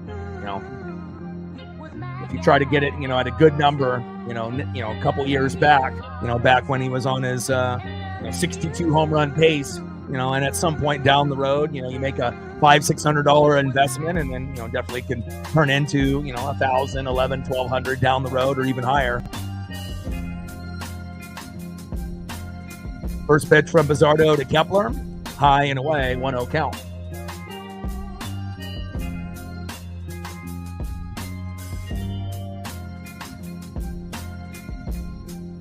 One-0 pitch, fouled off, high and away.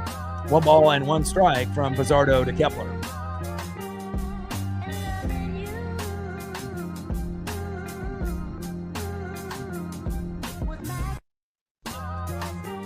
One-0 pitch, fouled off right down the middle. 1 ball and 1 strike from Bizzardo to Kepler. Now, and the Judge rookie I have is auto, BGS 9, auto grade 10, pretty solid piece. I don't plan on, selling it or anything, just kind of keeping it, for, a long time and whatnot. And I got an Aaron Judge ball at a Mariner game during that 2022 62 home run season. So I usually try to do things of 3, like the, whatever it may be, ball, card, figure, whatever. And, I always try to, group things in 3 if I can. 2-2 pitch, fouled off right down the middle. 2 balls and 2 strikes from Bizzardo to Kepler. Yeah, I don't. Yeah, everything is in a location, no light. Yeah, everything is dark. Yeah, I mean, well, he was getting targeted by Estes, so obviously it's, typically a no-no to throw a bat, but when you get hit 5 times in 15 at-bats, when you're already recovering from an injury and they're targeting you, I mean, I don't blame him, and he's going to appeal the 10 games, and hopefully it gets, cut back to 5, but they're not going to bring him up until September, and they get an extra roster spot at that point anyway, so we're probably not going to see him until the halfway point in September.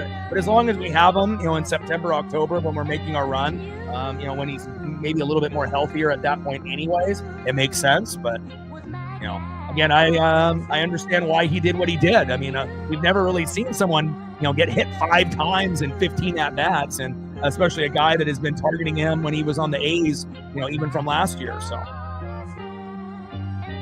And big throw by Moore to third, and safe. Kepler with a single to right. Harrison Bader going from first to third. Now you got runners on the corners with Bryson Stott, who's been pretty good there in the 9-hole.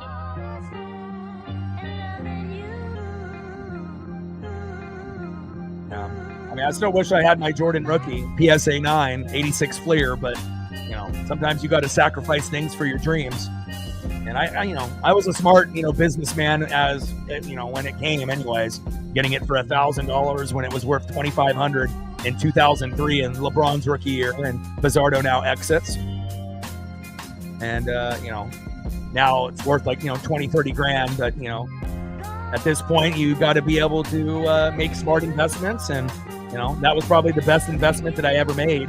I had 10 crisp $100 bills, from the previous job in sales. And, I could have bought, Jordans or clothes or whatever, but I was thinking to myself, trying to buy like a Babe Ruth or a Mickey Mantle or a Jordan, and I couldn't get a Babe Ruth rookie for $1,000 or a Mickey Mantle, for $1,000. So I figured I'd, surf the, eBay and, I was bidding with like 50 to 100 people and ended up winning the auction for $980 plus 20 insurance, so $1,000. And obviously the economy was low at that point. It was worth $2,500, and I got it for $1,000. You'll never see anything like that happen ever again, like in 2003. And sometimes you got to be able to sacrifice things, and I don't have any regrets. I mean, I ended up having the card for 14, 15 years before I ended up selling it. And I'll tell you what, though, when you end up having your hands on something like that, it's a weird feeling. It's like almost having like a gold bar in your hand, but even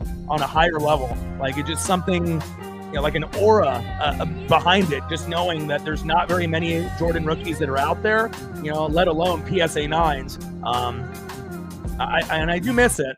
If you go to my Instagram, you can still see photos of it on there.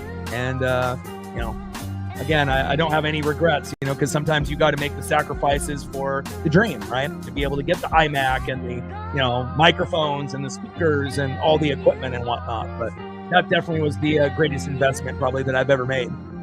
Bottom of the fifth, runners at first and third with 2 outs. Bizzardo exit. And we got Bryson Stott here in the box. We got Caleb Ferguson coming in, and he's been pretty shaky in his last few attempts there in the bullpen, so we'll see how this goes.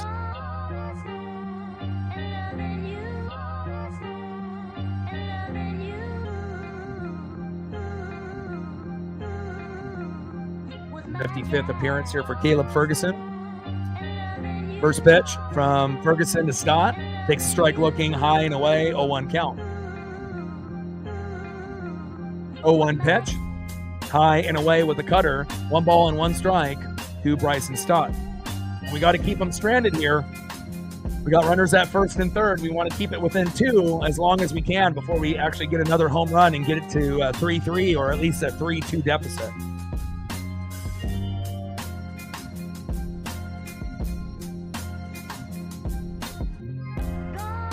$50 likes. Let's get to 100. We got half of the people that have hit the like button. We just need the other half to get there. Let's go. Make sure you're putting the pressure on them. Let them know. 1-1 pitch. Takes a strike swinging low and away. 1 ball and 2 strikes from Ferguson to Stott. We're at that halfway point. 50 more to go.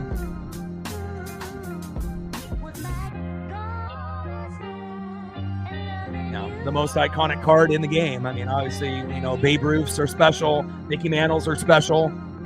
But with Jordan and obviously his influence on fashion and shoes and clothes and obviously being the GOAT, you're never going to go wrong with anything Jordan.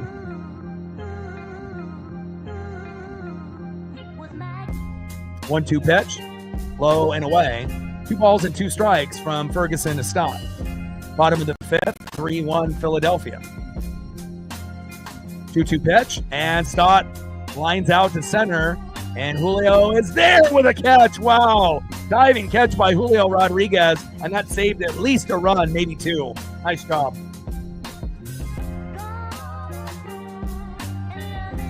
Yeah, my dad's a big Koufax guy, so he's got, Koufax stuff, Drysdale stuff, and whatnot. But, yeah, obviously we know how expensive things have been. And obviously there's been a spike, in the card market, since COVID and whatnot, too.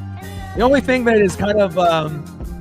I feel that is not really good for the hobby is the expansion of one-of-ones. One-of-ones used to be like a cool thing. Now it seems like there's so many of them. It doesn't really have the same. I mean, it's still amazing when, someone pulls one or if you end up getting one, right? But it's just the amount of one-of-ones that you're getting in all these different card markets. It's a little ridiculous, but, it is what it is, I guess. End of the fifth. Let's go to the top of the sixth. We're only down 2. Great job by Julio Rodriguez out there in the no-fly zone. And let's see who's up next here for the M's. Next up for the Mariners, 0 for 1, second baseman Cole Young. We could really use a big double or home run by Cole. Let's go Cole. Batting second, 0 for 2 with 2 Ks, left fielder Randy Arozarena. And batting third, 0 for 2 with 2 Ks, catcher Big Dumper Cal Raleigh. And they still got Luzardo out there, unfortunately. He's got 11 Ks, 77 pitches. He's ridiculous. So we're going to have to wait at least another inning, maybe 2. before that happens. But 3 runs, 12 hits, no errors for Philadelphia. 1 run, 3 hits, 1 error for the Mariners. And the only people that have hits, 2 for 2 for Julio and Mitch Garver. So obviously we need someone else other than Julio and Mitch to step up. First pitch to Cole Young from Luzardo. Takes a strike looking right down the middle by Jesus Luzardo. 0-1 count. 0-1 pitch, fouled off right down the middle to Cole Young. No balls and 2 strikes from Luzardo the Young.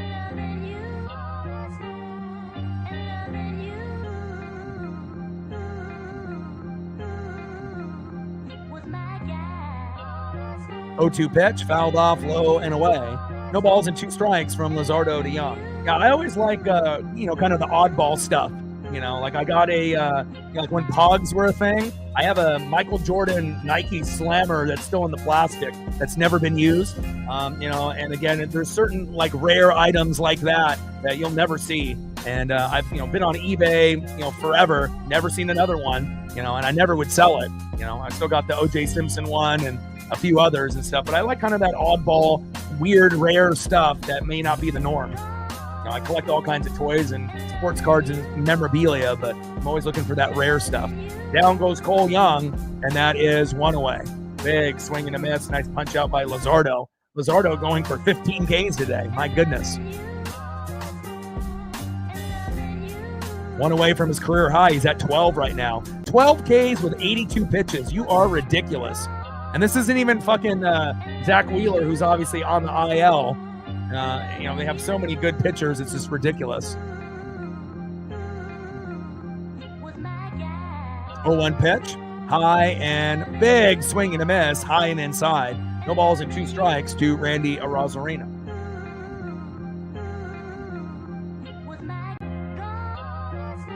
Top of the 6th, 3-1 Philadelphia. Global broadcast here on MLB Network. We're only down 2. But again, we need more individuals to step up besides Julio. And again, one of those games, like I've mentioned, I'm always studying patterns. But again, another game where Julio plays great and no one else really does anything up to this point. Hopefully that'll change. And throw to first is wild. And if Randy was actually paying attention, maybe he could have got to second. But at least he ends up being safe at first. The last thing that we would need is him to try to stretch a single into a double and get thrown out like Julio.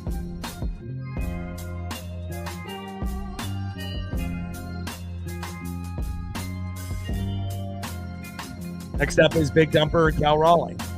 First pitch from Luzardo to Big Dumper. High and inside, 1-0 count. 1-0 pitch. Big swing and a miss, low and at the knees. 1 ball and 1 strike.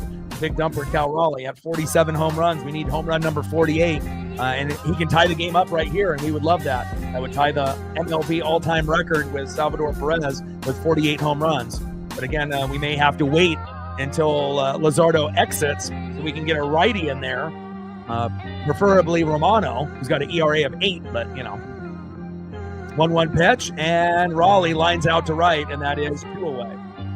Unfortunately, Cal, going against left-handed pitching, let alone left-handed elite pitching, a lot of guys are not going to be able to do a whole lot with that. Next up is Julio Rodriguez, the only guy that has been good against, left-handed pitching, regardless if it's elite or not. First pitch to Julio, high and inside, 1-0 count. Hell, we might need Julio to hit 2 home runs in this game if we actually want to compete. Let's go, J-Rod. Top of the 6th, we do have a runner at first. If he homers here for his 2nd homer of the day, we'll get the momentum back and we'll be tied at 3. And I know Julio's not a guy that typically hits, multi-homer games. Cal is more of a guy that would be more likely to do that than Julio, but wouldn't be impossible. Come on, Julio.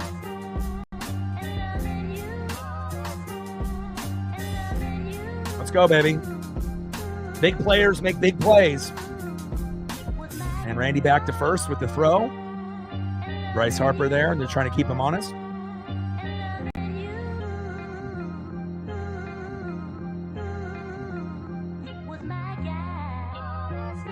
One-0 pitch. Hit deeply into right field. All the way back to the warning track. But it stays in play. And that is out number 3. Oh, man. Brutal.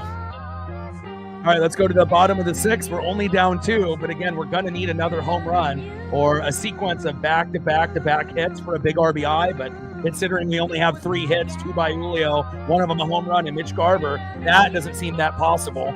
At least at this point, it may have to be a home run. So hopefully we can get that before the game is over, especially when they have 12 hits and we only have fucking 3. So, and their pitcher's got 12 Ks. Ridiculous. We just need him to exit. Next up for the Phillies, 2 for 3 with a run, and we've been abused from the leadoff hitters, going back to that Met series with Francisco Lindor leading off, and now Trey Turner. Batting second, 1 for 2 with an RBI, DHing Kyle Schwarber. At any given moment, he could homer just like Cal. And batting third, first baseman, 0 for 1 with 2 walks, had 2 home runs in game number 1. And a little bit quieter, obviously, here today, but that doesn't mean that he won't get a big hit or home run before the game is over. Bryce Harper. Try dance up. Let's go, M's.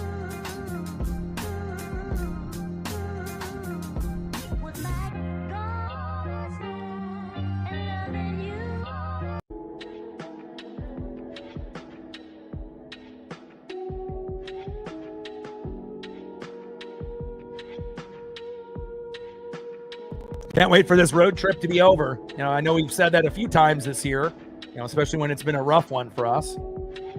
But again, we don't want to get swept. Got to try to find a way. And even when things look, a little dark and a little bleak, again, that doesn't mean that they can't have a meltdown, in one inning and we come back and win, or at least get the game tied and see where it goes from there. But first pitch from Ferguson, who's back out there, to Trey Turner. Big swing and a miss. 0-1 count. Can't wait for Durangelo and Cade to be on this roster. Let me tell you. Even Ryan Sloan. 0-1 pitch, fouled off, low and away. No balls and 2 strikes to Trey Turner. Caleb Ferguson on the mound. Trey Turner in the box. Like, sub, donate, comment, share. If you haven't smashed that like button yet, please do. We have at least 50 to 60 in the room, at least half that haven't hit that like button yet. Help us get to that 100 like number. It'll definitely help with the algorithm and the metrics. Be greatly appreciated.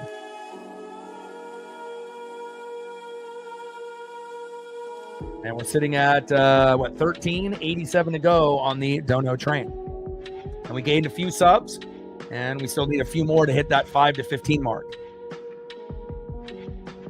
0-2 pitch, low and at the knees. 1 ball and 2 strikes to Trey Turner.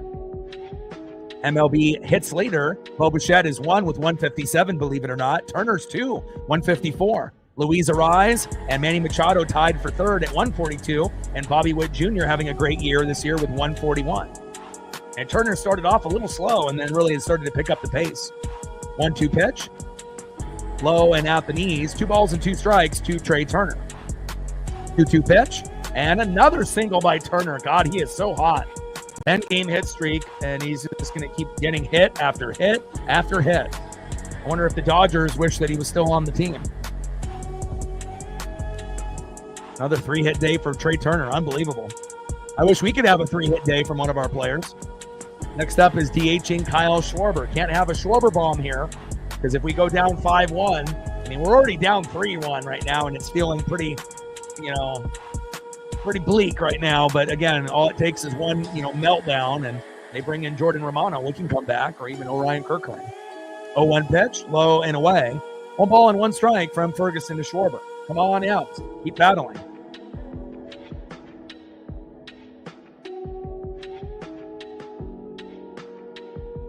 $83 subs to go to 21,600. Bottom of the 6th, global broadcast on MLB Network. Phillies 3, Mariners 1. They've already won the series. We're just trying to prevent the brooms to come out for the sweep. 1-1 pitch, takes a strike looking, low and away. 1 ball and 2 strikes from Ferguson to Schwarber.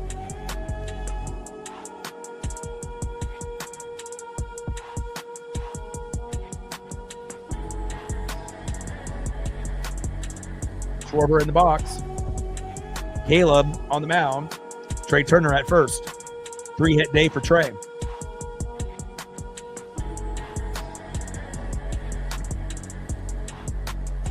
1-2 pitch. And Schwarber lines out to right. There we go. And that is 1 away.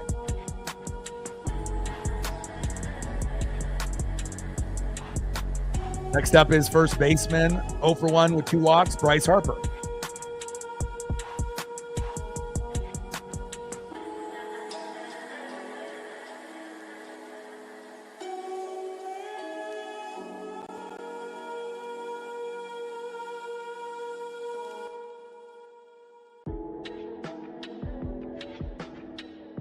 Nice catch by Dylan Moore. You know, we've seen him, have easy pop-ups into right field and drop them. That was a difficult catch, and nice grab there by Dylan Moore. We haven't really had a lot of positive things to say about Dylan Moore offensively or defensive lately, but that was a good grab.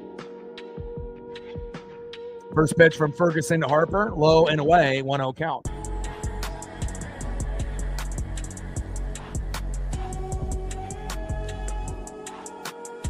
One 0 pitch, low and away. 2 balls and no strikes from Ferguson to Harper. Bottom of the 6th, 3-1 Philadelphia.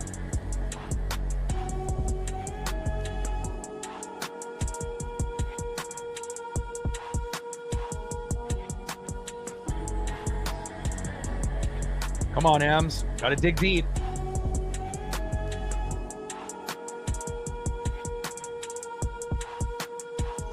Come on now. 1-0 pitch, low and away. 2 balls and no strikes from Ferguson to Harper.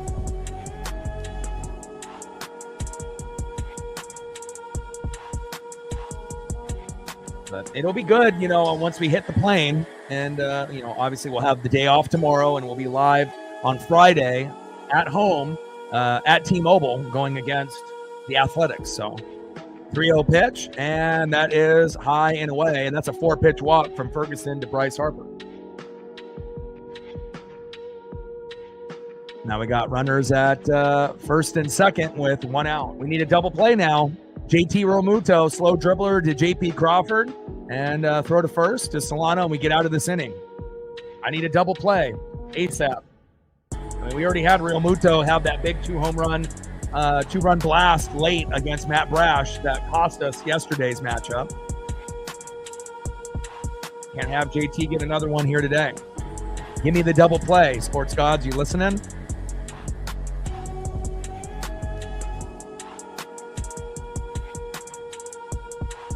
All right, Ferguson's day is done. Brash is warming up, so is that where we're going? And Brash is coming out. Not really sure if this is the individual that I would want going against JT Realmuto. He was the guy that gave up the 2-run blast that cost us the game yesterday, and then that's the guy that you want to bring in? I don't know. Hopefully he can get payback from yesterday, and hopefully we don't have the same result with a 2-run blast that ended up winning them the game yesterday. JT Realmuto. All right, Matt. Come on now.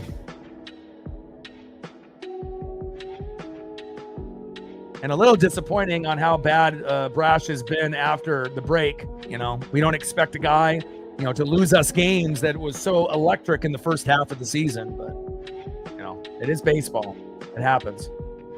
But it's just unfortunate when it ends up being someone good. Now, if it happens with someone like Legomina or Kowar or like a Trent Thornton, before he got hurt, you expect it, or like a Vargas. But you don't expect really meltdowns from Brash, Bizzardo, Spire, and Mooney. But, we do know they're human. It happens. But it stings even more when you have someone that's great that fucks up, or the other player just plays great and, gets it right on that sweet spot.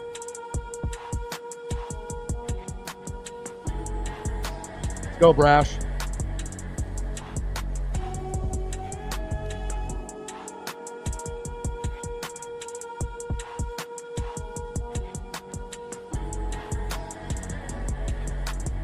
All right, we're at 58. Now we're at 59. We need 41 more likes to be able to hit the goal. If you're in the room and haven't smashed that like button yet, please do. Help us get to 100 likes and 100 on that dono train.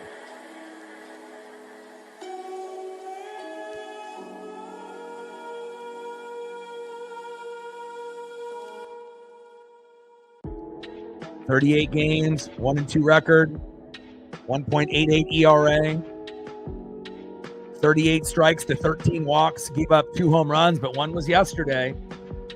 That cost us the victory. Give me the good Brash, baby. Let's go.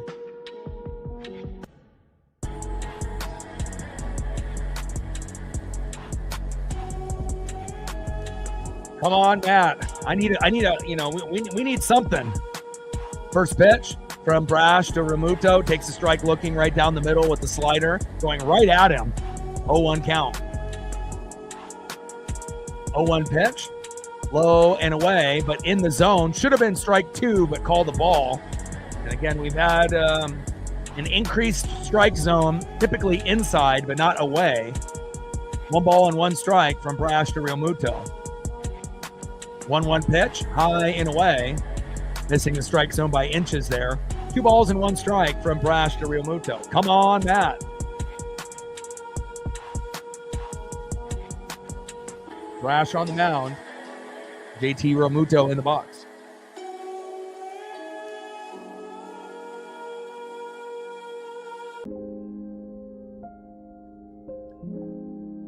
Bottom of the 6th, runners at first and second with 1 out. We need a double play. Slow dribbler right up the middle to JP Crawford. Throw to first and get out of this inning.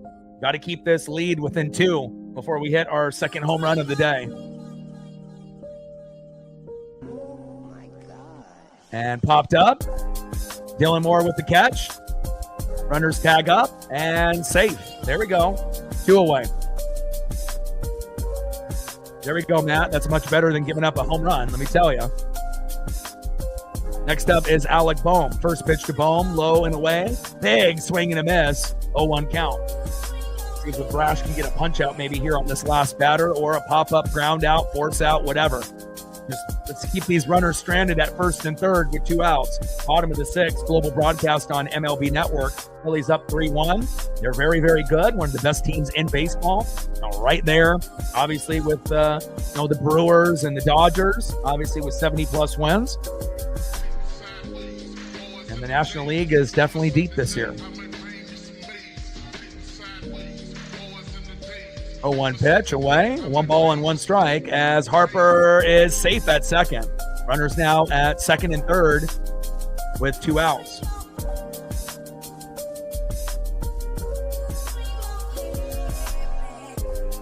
And good catch there by Cal. That could have ended up bringing in a run if it got past him. That was Mitch Garver. Maybe that would have scored a run off the wild pitch. 1-1 pitch. Takes a strike looking.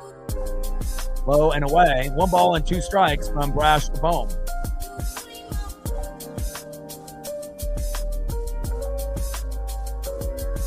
Yeah, we're still a good team, but we're not on the same level as, like the Brewers and the Tigers and the Phillies and, like even the Dodgers have a great record, but they've been kind of slumping after the All-Star break. So you want to be playing your best ball late at the end of the year. But, the American League is not as good as the National League this year as far as the power teams. Astros are struggling. Mariners are struggling, right? You got Yankees and Red Sox, Guardians kind of floating. And then the 2 best teams are by far the Blue Jays and the Tigers. But I don't even know if people believe that those 2 teams could make it, At this point, it looks like it, that those are the 2 best, but when come playoff time, things could change.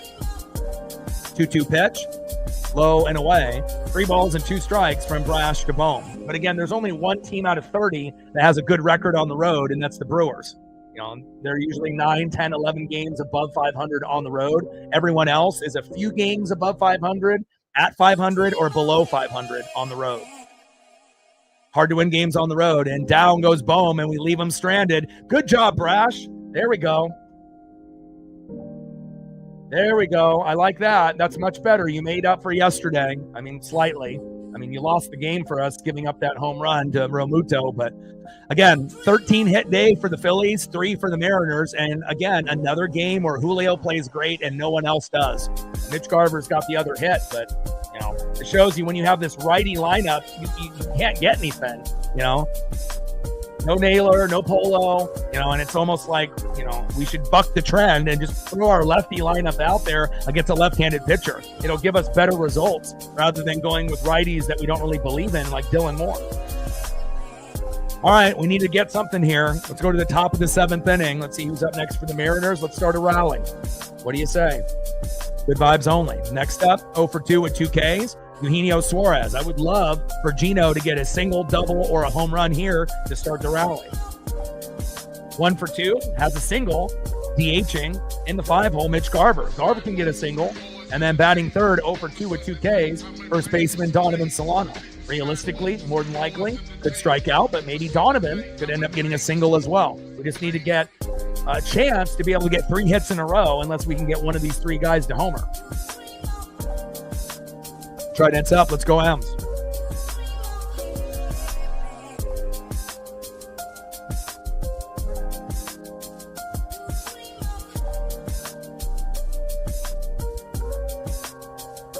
And Robertson is coming in for the Phillies.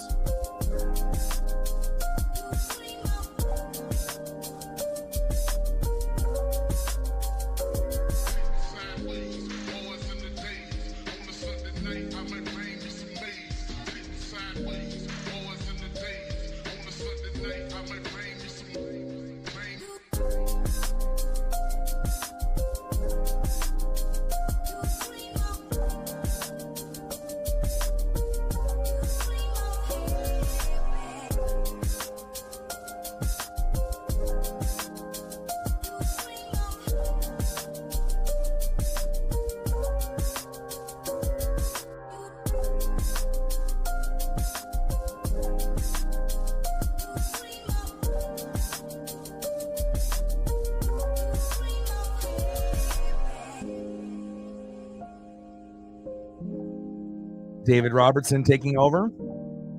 First pitch from Robertson to Suarez, low and at the knees. 1-0 count. Hopefully we'll have Robertson with the meltdown.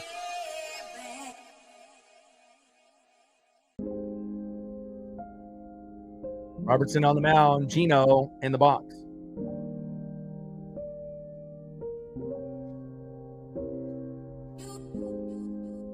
One 0 pitch. Takes a strike swinging low and away.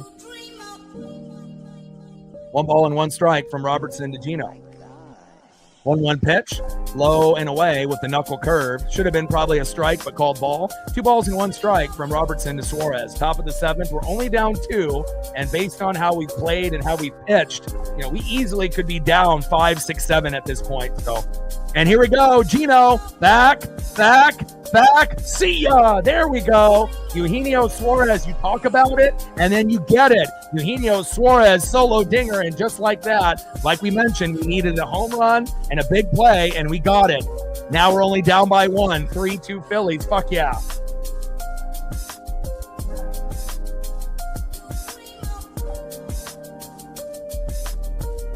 There we go. 39th homer of the year. 1 more to get to 40. And that's exactly what we needed, baby. Mitch has already got a single today. Maybe we can get Mitch Garver with a single. And then maybe Solano with an unexpected home run or big play as well. Let's go. Let's keep the momentum flashing, baby.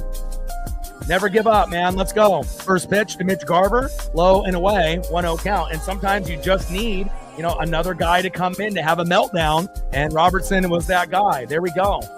Awesome job.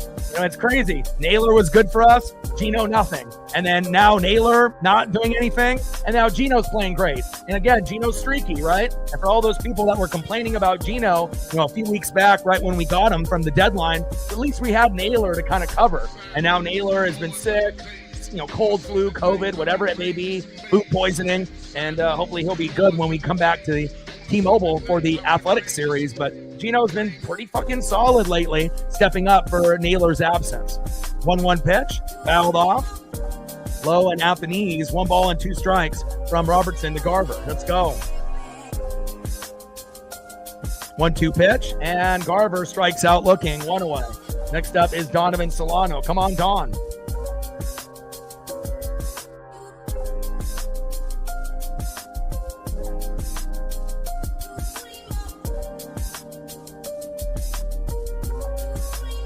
Oh, Naylor's coming in. Naylor is coming in.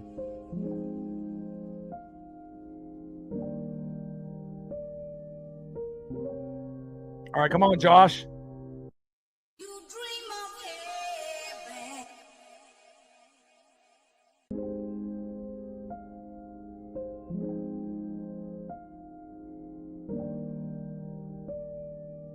First pitch to Naylor, takes a strike looking, low and away. 0-1 count. Come on, Josh.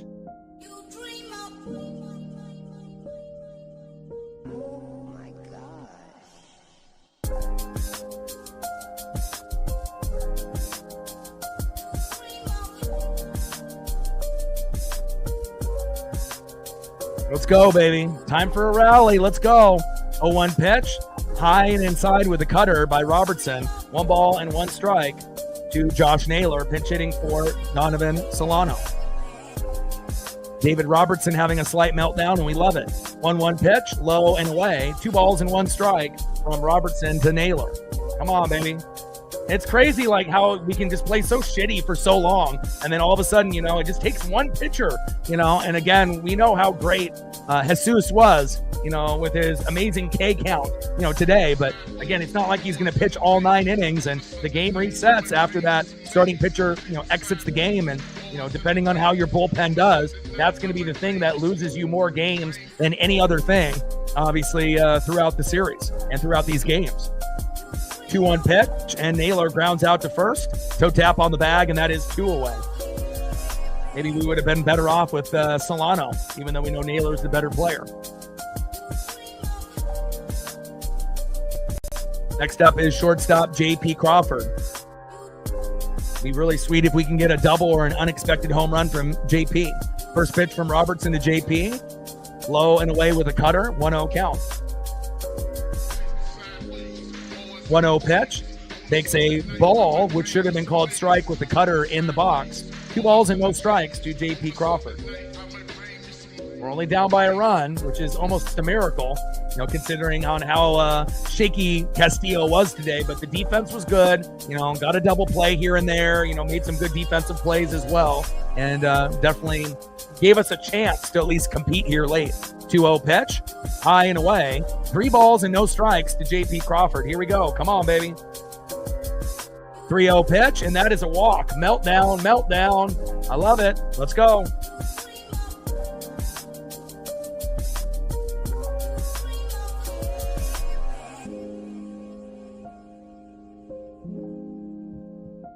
Good eye by JP by not getting crazy there. Good eye. And again, we're not going to have Dylan Moore here. We'll have somebody else. And we're going to have Luke Raley.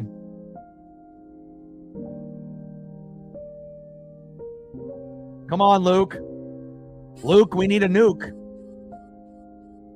And I like Luke Raley's hustle. One of those guys that always gives it his all. Running to first. Showing that hustle.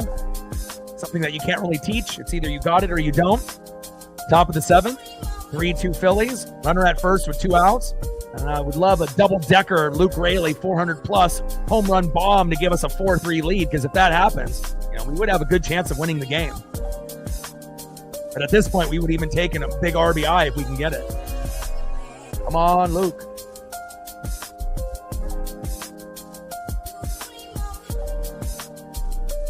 And they're going to have a pitching change.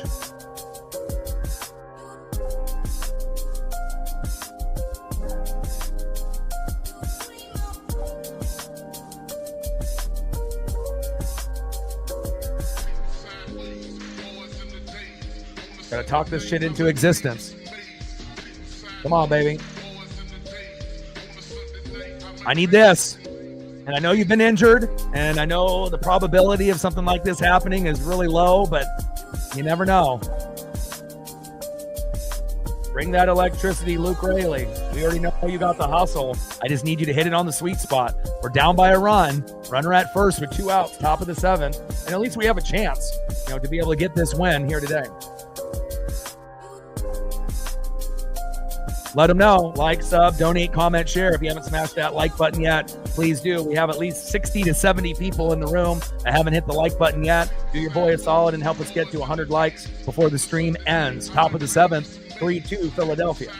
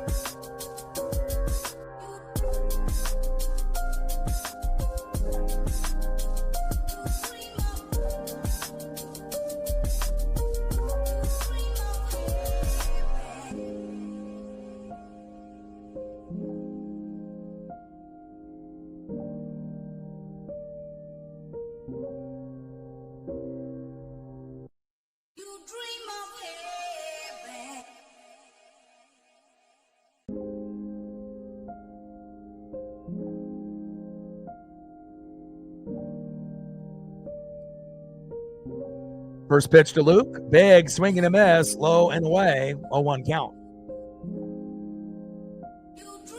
0-1 pitch. Big swing and a miss. Low and away. Come on, Rayleigh. Be patient. Banks on the mound. Rayleigh in the ball. 0-2 pitch. Low and away with the sweeper. 1 ball and 2 strikes from Banks to Rayleigh. 1-2 pitch. Big swing and a miss. No patience by Rayleigh. Hard to be able to get an RBI or home run when you're swinging at shit that's 5 feet off the plate 3 times out of 4 swings. Come on, Luke. And that is out number 3. That is not the at-bat. That was like a Julio Rodriguez at-bat at the beginning of the year, maybe even worse. Come on, Luke.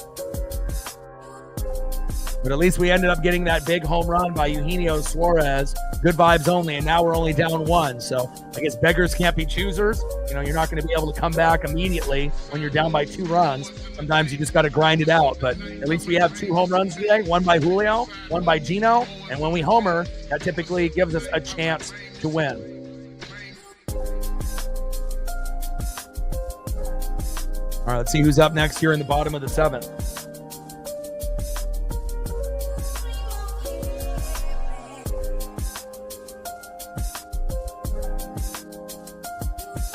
Next up for the Phillies, 1 for 3 with a K in the 6-hole left fielder, Brandon Marsh. Batting second, 2 for 3 with a run, center fielder, Harrison Bader. And batting third, 2 for 3 with a run and an RBI, right fielder, Max Kepler.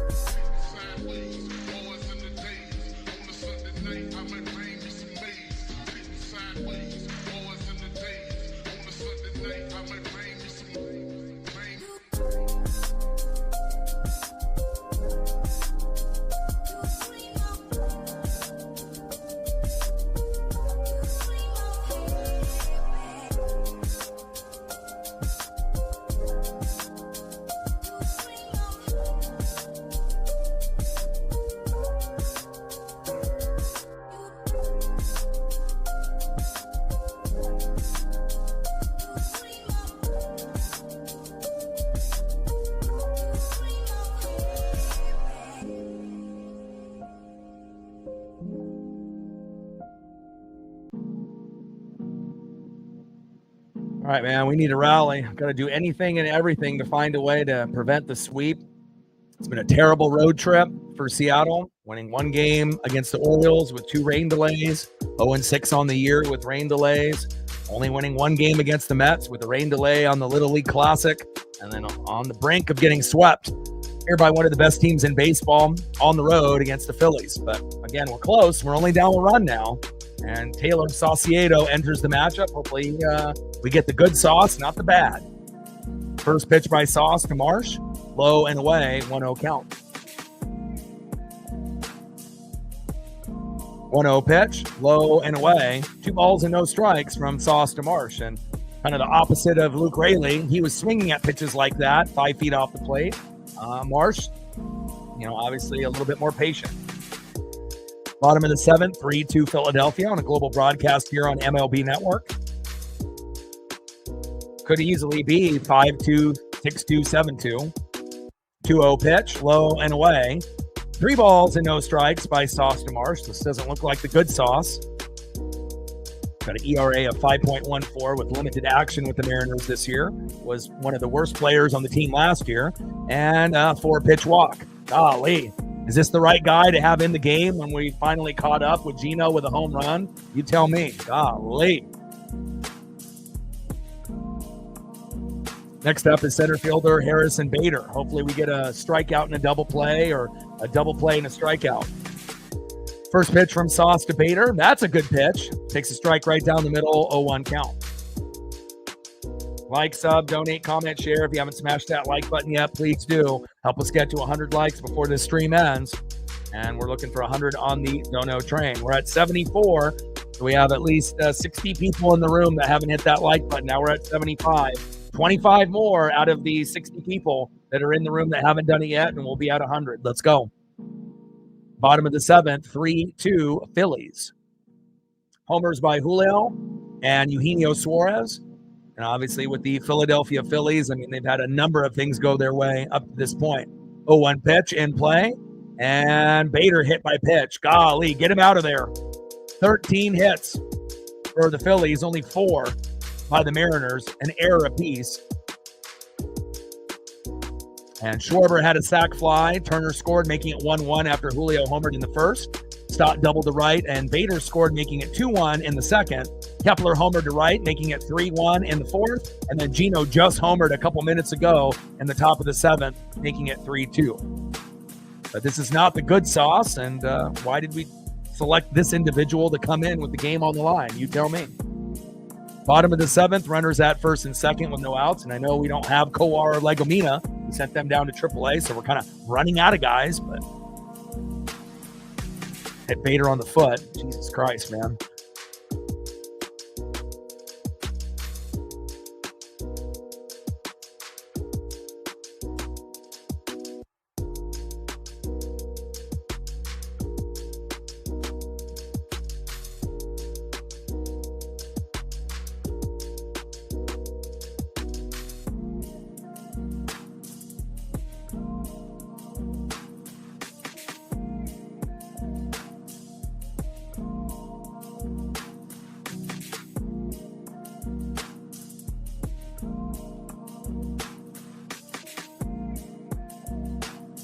First pitch from Sauce to Kepler. Takes a strike looking high and away. 0-1 count. 0-1 pitch. Low and away with the sweeper. 1 ball and 1 strike from Sauce to Kepler. Bottom of the seventh, 3-2 Phillies. Mariners grinding and fighting back. But again, bringing in Sauce in the game would probably be my last choice at this point in the game. 1-1 pitch. And lined out to center. Julio is there. Marsh going to third, and that is 1 away. Down goes Kepler. Next up, a guy that's been deadly for them besides Trey Turner. 2 for 3 with an RBI, second baseman Bryson Stott. We need a double play, slow dribbler right up the middle to JP, a throw to Naylor to get out of this inning. Sports gods, make it happen. Bottom of the seventh, runners at first and third with 1 out. Phillies up by a run, 3-2. First pitch from Sauce to Stott. High and away, 1-0 count.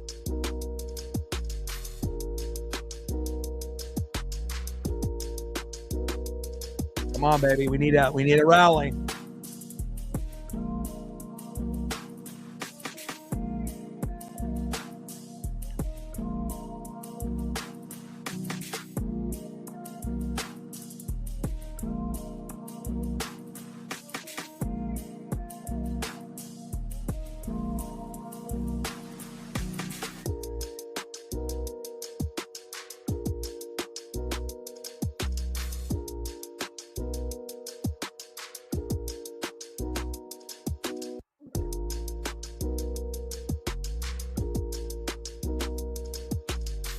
Come on, Sauce.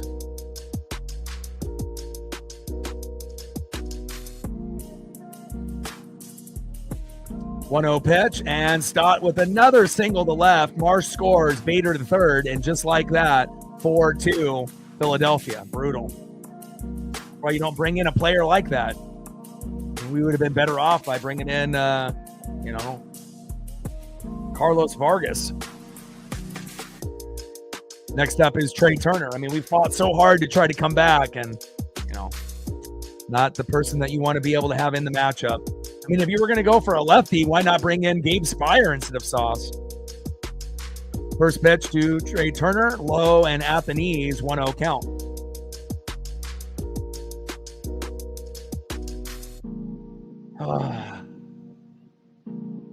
Can't wait for this road trip to be over. It's a nightmare. And we got the day off tomorrow. They'll be able to rest up. And I wonder if Ben Williamson would have been able to make that play at third there. With a few plays that have got away from him. He did make a great double play, but there's been a few balls that maybe Ben Williamson would have been able to get. 2-0 count. Takes a strike looking high and inside. 2 balls and 1 strike with runners at second and third and 1 out. 4-2 Philadelphia now. Sauce on the mound. And Stott steals second. Safe. Brutal. 2-1 pitch. Takes a strike looking low and away. 2 balls and 2 strikes from Sauce to Turner. And Gino isn't really as good of a defender as he was when he was on the Mariners a few years ago. His stats have declined, as far as his defensive numbers. 2-2 pitch, fouled off, low and at the hips. 2 balls and 2 strikes with runners at second and third and 1 out, and we have to keep it at 2. I mean, even being down 1, you don't even know if we're going to be able to do it, but if it gets any higher than 2, it might be just game over. We already have 2 home runs, but they're only solo dingers, and we're going to probably need a 3rd home run, a 2-run or a 3-run blast to, get us back into this matchup, and we only have 2 innings to go, so. And it's no guarantee that we keep them at 4, with the guys that we have in the pen coming in.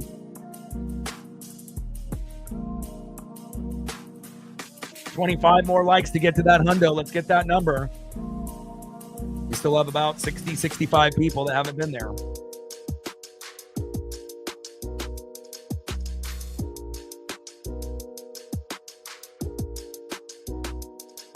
Sauce on the mound. Trey Turner in the box.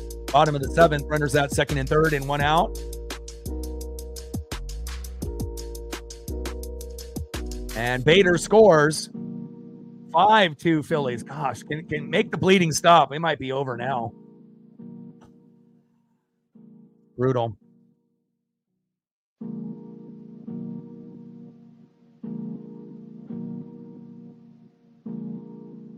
Turner steals second.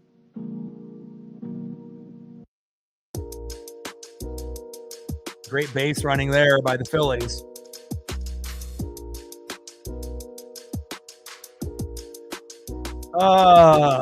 Why would you bring in this player?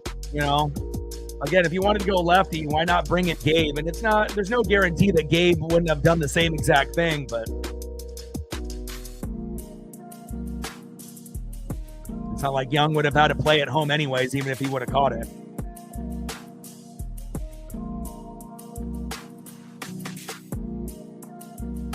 Great base running by Bader there. And the collapse continues.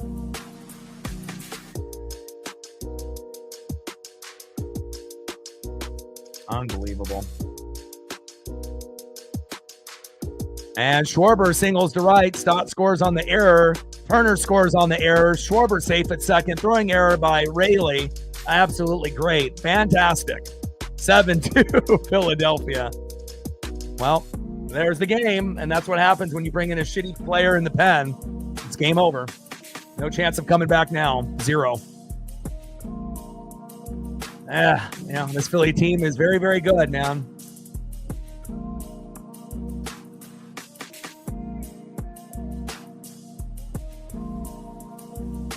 I mean, they did get one guy in the pen and Caleb Ferguson, but, just everything has not really been that good. We've been going against a lot of lefty pitching. We've had rain delays. We haven't been playing well for starting pitching, bullpen pitching, hitting. It's just been a rough one, And again, we're having a day off tomorrow, and then we'll be live Friday, back at T-Mobile against the Athletics, and we should be able to get back into a groove then, but hasn't been, what we wanted. We were shooting for 2 out of 3 in each series, and we're getting 1 out of 3, and here the bleeding continues as Harper singles to right and Schwarber scores 8-2. I mean, what are we doing, man? Like, why would you bring in Sauce when the game is, 3-2 at that point? Dan Wilson, man, what are you doing? Oh. I mean, to go from 3-2 to 8-2 in a matter of like 3 minutes is insane. Next up is JT Realmuto. And we should have won yesterday's game if Brash didn't give up a big blast to JT Realmuto, but there it is. Decision-making is so critical for a manager, and again, we, sent down Kowar and Legomita to AAA. There's only so many guys left, but,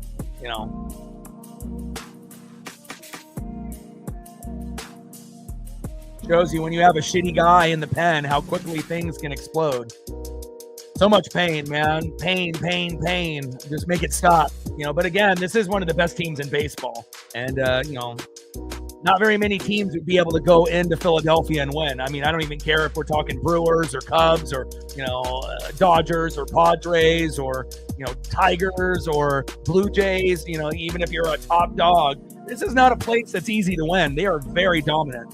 But great job by Dan Wilson by bringing in Sauce, one of the worst players on the team. Good job. And it's not like we would have for sure won, if we would have brought in Gabe Spire or someone else, but it definitely wouldn't be 8-2 right now when we were down 3-2 about 5 minutes ago. Oh.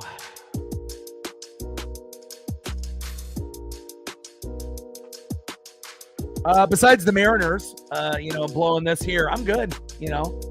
I'm going to spend time with the pup. We do have a heat wave coming to Oregon here in the next couple days, so I'm not looking forward to that. But exercising on the daily, eating healthy, still walking 5 miles a day with my pup every single day. I'm enjoying a lot of programming.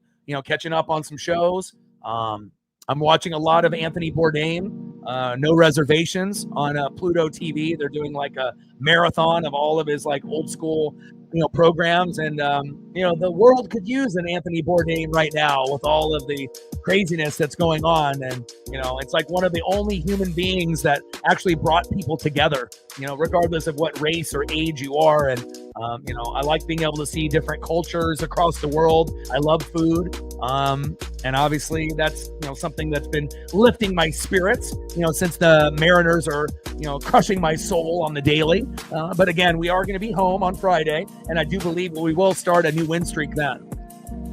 First pitch to JT Realmuto, low and at the knees, 1-0 count. And we're going to bring in Lau. That's a little too late. Sauce's ERA is at 11. Is that good? Dumbass decision by Dan Wilson.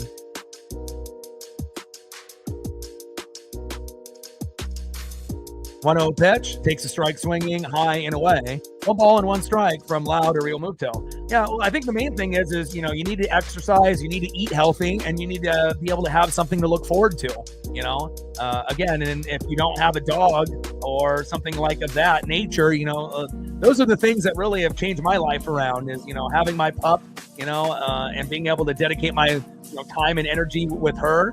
And getting a lot of exercise outside, eating healthy. And I believe if you do exercise and eat healthy, depression and anxiety go away, and then you have to, have something to look forward to. And if that's not going to be, college football or NFL, find some programs that interest you and, binge watch a show or two. You got to be able to find the little wins in life when things may not be going in your mind the right way.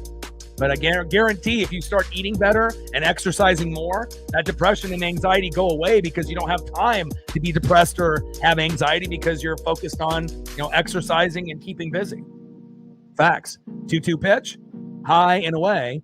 Count now is full. 3 balls and 2 strikes from Lau to Realmuto. I mean, if anyone has had the deepest, darkest depression or anxiety, it's me, but I'm no longer in that mode anymore. And obviously the pup and the diet and the exercise have changed that. And I don't plan to go back to that point in my life ever again. 3-2 pitch, low and at the knees. And that is a walk by Lau. Yeah, but if it's something that that you love, you shouldn't, just escape it or deny it when it actually, at times can give you joy. You have to be able to, find things, especially if you don't like anything else besides football, maybe wrestling, and if the wrestling thing can't do it for you, if you don't like anything besides football and wrestling and you gave up on football, you got to be able to find something else that keep you in a positive mindset. Bottom of the 7th, runners at first and second, 8-2 Philadelphia. First pitch to Alec Boehm from Lau, high and inside, 1-0 count.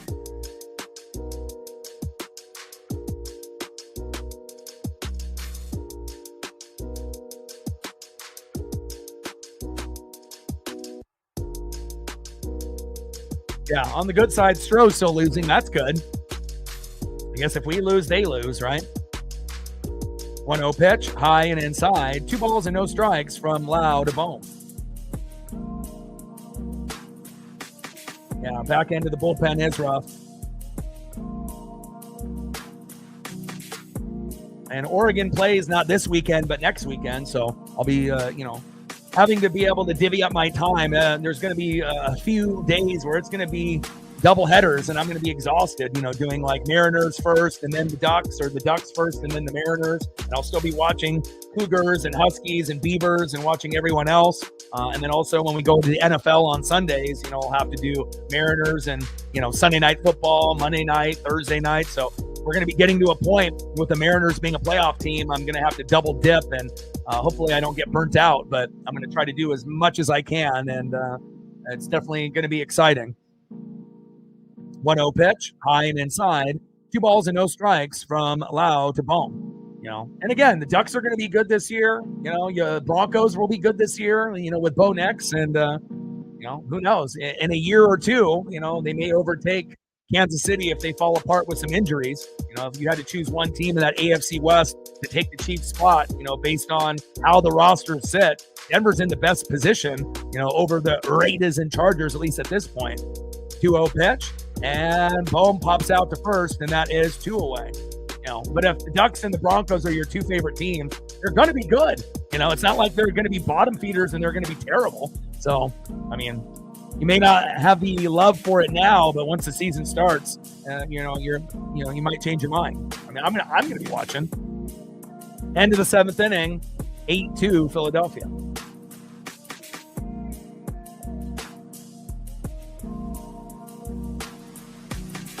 Schedule is incredibly easy. Don't even have Ohio State. The hardest game on the road is Penn State. Realistically, they could go 11-1 or 12-0. So, I'll be watching. I'll be, and I probably will end up trying to go to at least a game this season. So, and obviously, I want us to be battle tested. So, unfortunately, we don't have certain teams on the schedule. I want Ohio State on the schedule every year, regardless if we win or we lose. But, that Penn State matchup will be must-see TV. Let's go to the top of the 8th inning and see who's up next here for the Mariners. It's not like we're coming back in this matchup now, down 6 with 2 runs to go, but, we'll see what we can get here before the game ends. Next up, 0 for 2 with a K, Cole Young. Batting second, 0 for 3 with 2 Ks, Randy Arozarena. And the only thing positive that we have really going for us now is if Cal Raleigh can hit a home run, 0 for 3 with 2 Ks, and get to home run number 48, and that would tie Salvador Perez for the record in the last 150 years in MLB. So this might be the only thing that could get us to put a little bit of a smile on our face, knowing that we're going to lose this game and lose the series and getting swept. Let's go, Cal. I need a little bit of a win here today.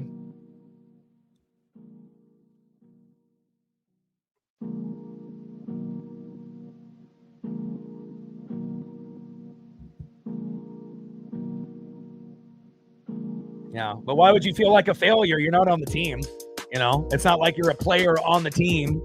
You're not on the roster. You're just a fan. So seems like you got to be able to find some other things in your life that give you joy. You do live in Hawaii. Don't take that weather and that scenery for granted, which may be something that some people may do, or people that live like near a beach and whatnot, compared to people that don't and visit. And then it, kind of revitalizes them and gives them joy. You got to find little wins in life, my guy. You have to have that appreciation and gratitude. And once you can find that appreciation and gratitude, your life will change, Maybe you need to get a pup in your life, That was the one thing that really changed my life for the better. It's a lot of dedication and a lot of effort, but the love that you get in return, if you give love and you get it back, it's a lot of responsibility, but, maybe getting a dog in your life would, turn, shit around. Top of the 8th, 8-2 Philadelphia. First pitch from Alvarado to Cole Young, takes a strike looking right down the middle, 0-1 count. 0-1 pitch, low and away. 1 ball and 1 strike from Alvarado to Young. Yeah, McMillan, that neck injury was brutal. Landed right on the neck, and not good.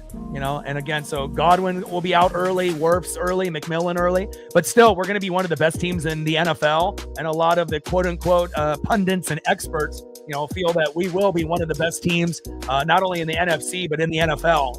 11 or 12 wins could definitely be possible. And again, at some point, everyone will be healthy, but that'll give a good opportunity for Tez Johnson to step up. And we already got Emeka Egbuka, which will be great. That'll fill into that role perfectly with Mike Evans, and Bucky will be amazing as the lead back. I'm excited, man. It's going to be sweet. And down goes Cole Young, and that is one away. But we're looking for the winning the NFC South crown for the 5th year in a row. We know the Falcons will be better. Saints will be worse. Panthers maybe slightly better than what they normally are, but I'm looking forward to the challenge. And then we already know the Rams will be good.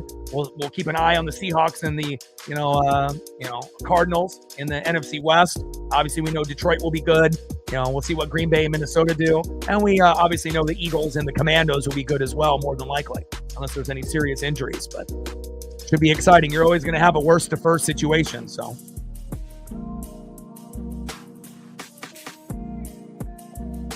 next up is Randy Arozarena with the 1-2 count. Pitches low and at the knees. Alvarado on the mound. Randy Arozarena in the box. Top of the 8th, 8-2 Philadelphia. 1 ball and 2 strikes with nobody on and 1 out.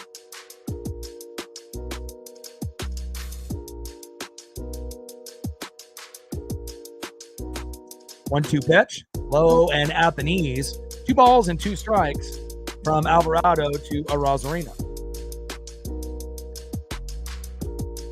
Top of the 8th, 8-2 Philadelphia. 2-2 pitch, low and at the knees. 3 balls and 2 strikes from Alvarado to Randy.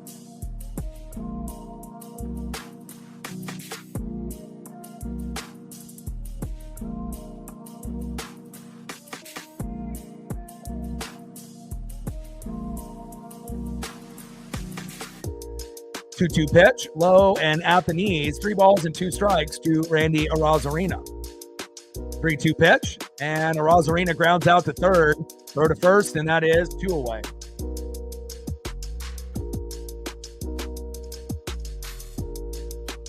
Next up is big dumper Cal Raleigh, 0 for 3 with 2 Ks. But has had to bat from the right-handed side pretty much, on every at-bat. And, there's definitely, reasons why things have not gone our way, Left-handed pitching has been good. We've had, 3 rain delays in a week. We're 0-6 in rain delays. 2 in the Orioles series back-to-back. Little League Classic as well. And we're playing on the road against one of the best teams in baseball. I mean, you were only going to win 1 game probably at the most against this team, and you couldn't do that. So, it shows you how important starting pitching hasn't been good. Bullpen hasn't been good. Hitting hasn't been good. But when we go back home on Friday and play the A's, things will get better. 0-1 pitch, low and at the knees. 1 ball and 1 strike from Alvarado to Raleigh. It's peaks and valleys. You're going to go through the good and the bad. It's not going to be great, every single series. And it's not like the Mariners are a team that makes the playoffs every single year for 10 years in a row. We've had 4 good years in 40. So anyone that's like bitching and moaning and complaining on, the Mariners, you have to be mentally tough to be a fan of this team, or any team in Oregon or Washington. Again, if you're new to this team, or, relatively new to this franchise, it's not going to always be peaches and cream. It's going to be a lot of disappointment. But when we end up having things go well, you'll feel it. But again, it's going to be one of those things where, this might be the first year of many years that we make the playoffs, but, 95, 97, 2001, 2022, and then now. So, you have to understand it's not something that, we're not built like the Dodgers or, some of these big market teams. We're not them. And that is out number 3. Down goes Cal. And let's go to the bottom of the 8th inning, down by 6. And on the bright side, if we're doing shitty, at least the Astros are doing shitty. It's not like we're 10 games back. We're still, struggling, but they're struggling worse than us at this point. So, we're still going to try to keep it within 2 games. And if we can, start getting on a rally at home, we should be able to catch up to the Astros, hopefully, at that point. And at some point, hopefully we end up winning the division. But if we don't win it this year and get a wild card, we're still going to have a chance to do some damage. The American League is not as strong as the National League. Astros struggling, Mariners struggling. You got Yankees and Red Sox and Guardians that nobody really believes in. And even the teams that people have a little faith in the Tigers and Blue Jays. Does anyone really believe in those teams? Compared to the National League? I don't know. It's like they got good records, but how well would the Tigers or Blue Jays do, in the World Series against the Brewers or the Phillies or the Cubs or the Dodgers or the Padres? It could get ugly, So obviously we have some good teams, but, there's peaks and valleys, good and bad. It's not going to always be great.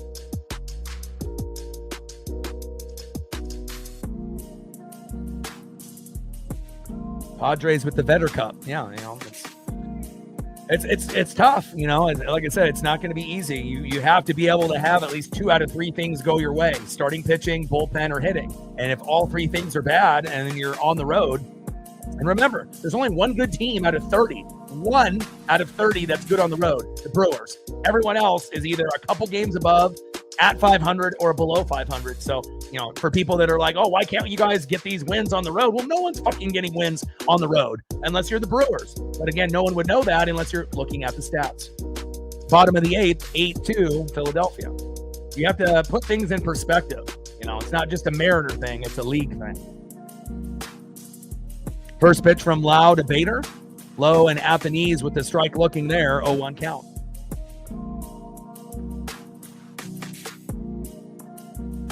But at least the Athletics don't have Mason Miller, but I ended up going to the team that we play after that with the Padres. But again, Brent Rooker, stud, right? Lawrence Butler, stud. Kurtz, stud. Wilson, stud. So they got some studs, even though their record isn't good. But, as long as we don't play down to the competition and we take them serious, hopefully we'll be able to, do some damage. 0-1 pitch, low and away.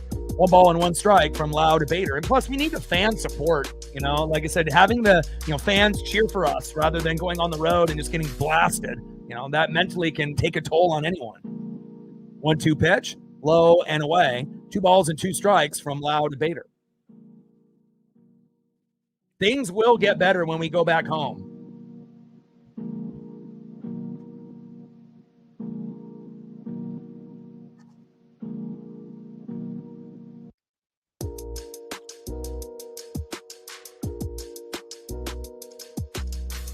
One-two pitch, low and at the knees. 2 balls and 2 strikes from Lau to Bader. But it shows you how poor the bullpen is. So during the offseason, instead of getting guys like Garver and Jorge Polanco, Miles Mastrobuoni, and Donovan Solano, we should be getting pitchers, and converting them into the pen, or getting guys from the pen so that way we don't have this fucking problem. And we need better righties as well. And there's a strikeout. That is 1 away. Down goes Harrison Bader, 1 away. Next up is Max Kepler. First pitch from Lau to Kepler, high and away, 1-0 count. 1-0 pitch, takes a strike looking high and away. 1 ball and 1 strike from Lau to Kepler.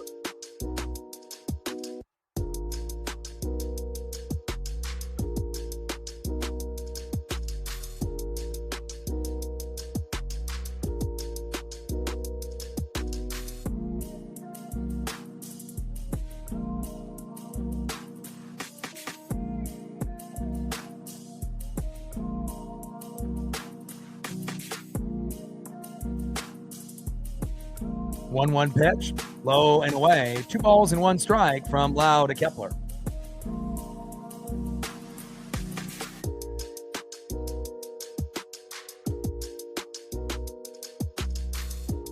Yeah, we might get blasted by the Padres, but again, we'll see where it goes. Pitching will be better at home than it is on the road. I did some research and was looking at the numbers from home and away for our starting pitching, and it's almost doubled, on the ERA side from everyone. Wu, Gilbert, Kirby, everyone. So it's if you got a ERA of high 2 to 3 at home, it's going to be 5 or 6 on the fucking road. And, if you're not scoring a lot of runs, which we haven't really been able to, then you're not winning. 2-2 pitch, fouled off, low and away.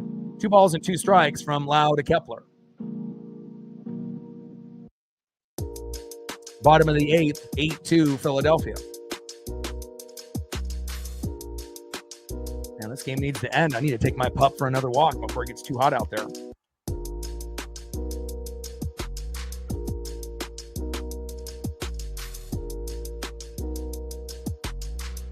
Gained a few more subs. Appreciate that. 82 to go to 21,600. 2-2 pitch, fouled off, low and away. 2 balls and 2 strikes from Lau to Kepler.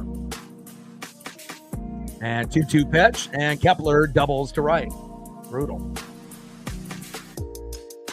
But Lau is a guy that we just brought up from like AAA, so, you know. But really, the reason why we lost this game is they brought in Sauce. They should have brought in Gabe if they wanted a lefty. No guarantee that we would have, you know, come back, but it's not ideal when you have the game at 3-2 and then you give up 5. Next up is Bryson Stott.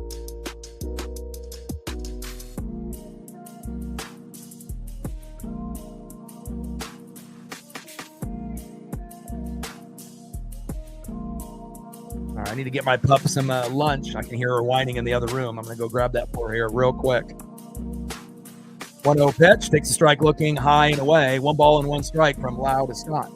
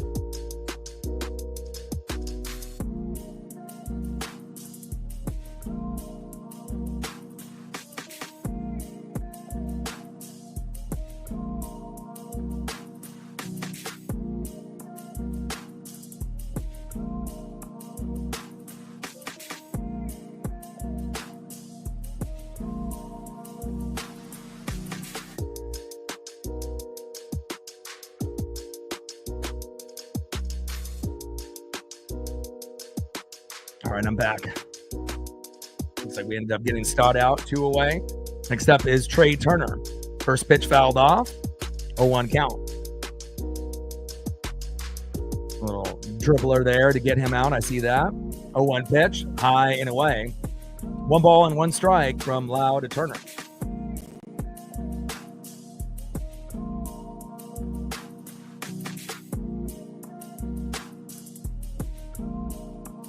One pitch, fouled off, high and inside. 1 ball and 2 strikes from Lau to Turner.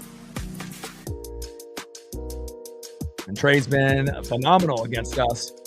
4 for 5 day. My goodness.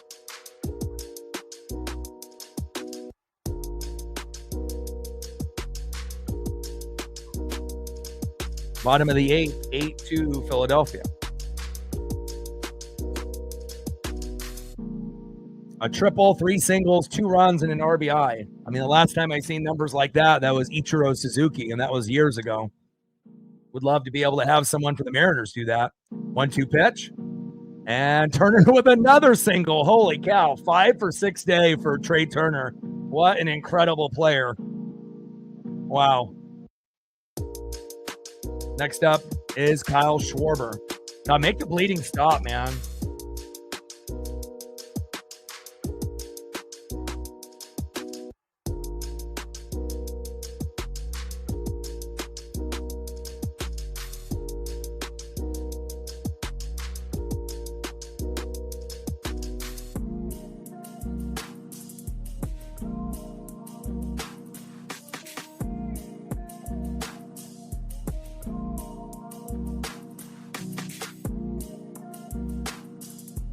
And bouncer right back to the middle. And that scores another 9-2 Philadelphia. Golly. Yeah, he was getting pretty close. He was in second place, but 5 for 6, man. Like I said, the last time I seen anybody do that was Ichiro, at least for the Mariners. Yeah, they just went over like the number one, 1 through 5 on hits in 2025 and whatnot.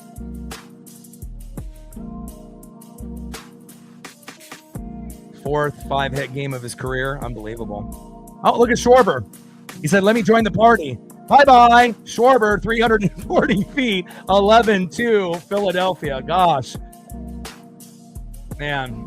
Thank God we have no more games in Philadelphia. I can't handle any more fucking games like this. 3 games getting blasted in a row is enough.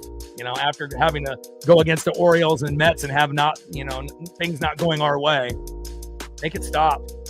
Nice job by Schwarber with the Schwarber bomb, trying to get closer and closer to Cal Raleigh. Next up is Bryce Harper. But again, he's hitting home runs off a guy that's a AAA pitcher, so it is what it is. It's just crazy how the game was 3-2 just a few minutes ago, and then now 11-2.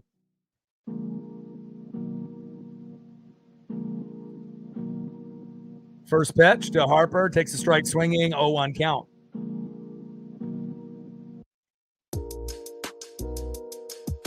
Oh, 1 pitch, low and away. 1 ball and 1 strike from Loud Harper.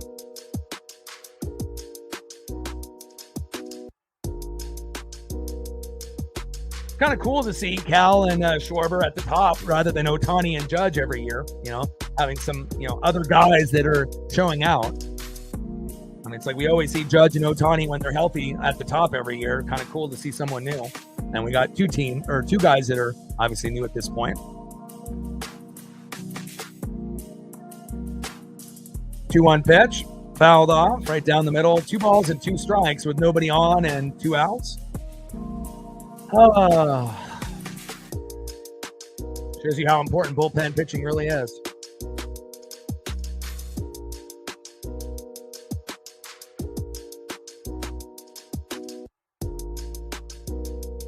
Two pitch, low and away. Count now is full. 3 balls and 2 strikes from Loud Harper. Oh, hibachi. And we finally get out of the inning. That inning felt like it lasted 30 minutes. Jesus Christ. All right, end of the 8th inning, 11-2 Phillies. Like, just get the fucking out of here. Let's get out of Phil. Julio, Gino, and Garber, the last 3. In the best case scenario, Julio hits a home run for his stats. Let's get the hell out of here. Get on the plane, relax, and obviously have the day off tomorrow, and then we'll be live on Friday against the Athletics. Let them know all day. Like, sub, donate, comment, share. If you haven't smashed that like button yet, please do. Hit the like button for therapy. We need therapy likes at this point. We need 18 likes to get to a hundo. Now we need 17.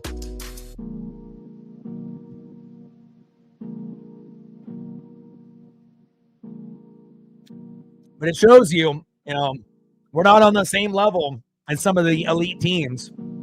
Obviously Dodgers have a great record, but they've been slumping after the All-Star break. But, looking at how like the Tigers normally play, the Blue Jays, as far as American League teams, and then looking at teams like the Brewers and the Phillies, these are like the real deal World Series teams. And even though we might be World Series contenders in the American League, it doesn't look like, we're on the same level with some of the powerhouse teams at this point, but things can change, obviously when we go back home and see where we're at, but there definitely is a gap between the top teams, Blue Jays, Tigers, Phillies, Brewers, Dodgers, and then, Padres, and then obviously Cubs, and then some of the others. So,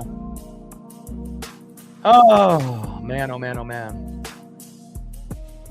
Yeah, but overall, the Dodgers have been slumping if you look at their win-loss record after the All-Star break. I mean, they still have a few guys that are doing okay and doing well, but, but I'm saying as a team.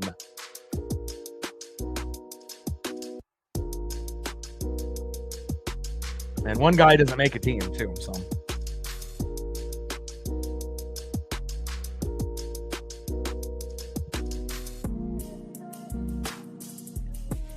Next up, 2 for 3 with a run and an RBI, center fielder Julio Rodriguez.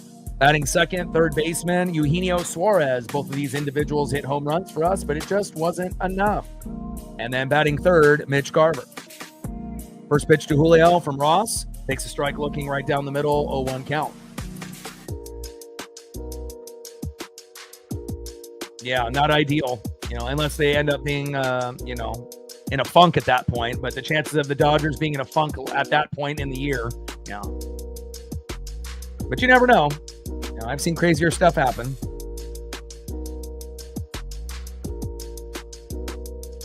Oh, 1 pitch. And a nice double by Julio. There we go. At least somebody's playing. And another game where, Julio plays great and not a lot of people are doing a whole lot after besides Gino and Mitch. Next up is Eugenio Suarez. Let's see if Gino can get a double so we can go and lose 11-3 rather than 11-2. Unless Gino can homer again, and then we'll lose maybe 11-4. But let's keep it going. They have fucking 20 hits today. Oh, my God. Oh, my God. But also 20 hits, 5 of them are from Trey Turner. So Francisco Lindor beat the hell out of us as a shortstop, as a leadoff hitter. And Trey Turner said, oh, you thought that was good? I'll show you something else. First pitch to Gino. Takes a strike looking high and away. 0-1 count. Now I need to get outside and get some exercise. 3-hour stream getting blasted for the last hour. Not ideal. 0-1 pitch, fouled off, high and away. No balls and 2 strikes to Eugenio Suarez. What's the weather going to be looking like for you, Reflect, coming up? So it's like we got 82 today, 88, and then we go 100 on Friday, no thank you. 99 on Saturday, no thank you. Sunday, 97, no thank you. Monday, 95. Tuesday, 91. And then Wednesday, 88. So I am not looking forward to that type of fucking heat wave for me or my pup. But that means that we're going to have to wake up at like 6 a.m. for our first walk and then maybe do another at 9 a.m. Down goes Gino on strikes, and that is 1 away. Next up is Mitch Garver. But again, it is nice to be able to wake up early with the sunrise and whatnot. Me and my pup get all of the time to be able to spend with each other. But obviously, if I'm going to be grinding, in the room here, it's not like I have AC in here, so I'll have to have the door open with some fans going, and hopefully I don't melt as the Mariners hopefully end up getting some wins at home. First pitch from Ross to Garver. Takes a strike looking low and out the knees. 0-1 count. 0-1 pitch. Takes a strike swinging right down the middle. No balls and 2 strikes from Ross to Garver. I just can't wait for this summer weather to be over. I'm done with it. I can't wait until we get into like after that second week of September. Start giving me the rain, the cold, the sleet, the snow. Give me some rain for the next 5 to 6 months. I'm done with the hot weather. I mean, even with fans and AC, I'm done with it. 0-2 pitch, fouled off, low and out the knees. No balls and 2 strikes from Ross to Garver. Give me that football weather, baby. I like that, fall, winter weather. Yeah, I mean, even spring doesn't really bother me, And it's like we haven't really had a whole lot of rain. Like we're getting rain once out of every like 2.5 weeks, And if we do get rain, it might be for like a day, and it doesn't even rain all day. So I'm and I don't want it to rain for like 2 weeks straight because that's kind of depressing, but I don't mind it being a little cooler and a little bit overcast. 0-2 pitch, big swing and a miss. Down goes Garver. That's 2 away. All right, we're down to our last batter here, potentially. And that'll be Josh Naylor. Couldn't get the home run out of Cal today, unfortunately.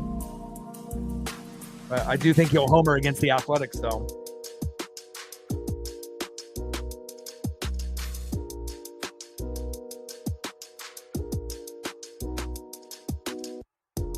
First pitch to Naylor by Ross, high and away, 1-0 count.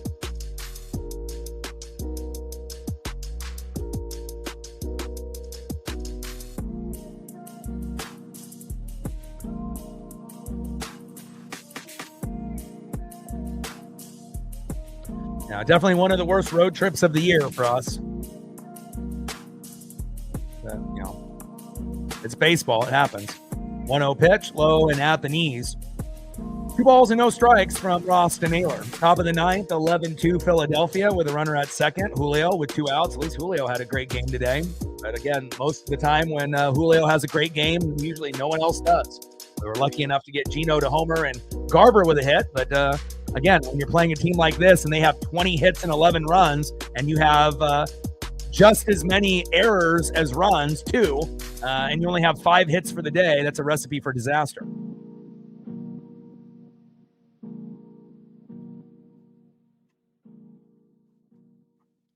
2-0 pitch in play and grounded out, and that is out number 3. Good luck to the Phillies as well. Hopefully you guys can overcome the Brewers, the Dodgers, the Padres, and the Cubbies and make your way to the World Series at some point, if not this year, next year. And that is the game, man. Phillies, beating the brakes off of the Mariners, and even the Mariners and the Moose couldn't help us today. And again, it shows you how important starting pitching, bullpen, as well as the hitters are. Final score, Phillies 11, Mariners 2. We have the day off tomorrow, and we'll be back on the live stream on Friday versus the Athletics. Shout out to All Day for helping out, obviously, with the mod duties, and David, Reflect, and Brent with the Dono Train. Appreciate you guys very, very much. And I got one question for you. Who you know with Duck Sports like us? Your boy Ryan, Northwest Sports Fanatics, Tridents up, and go Mariners.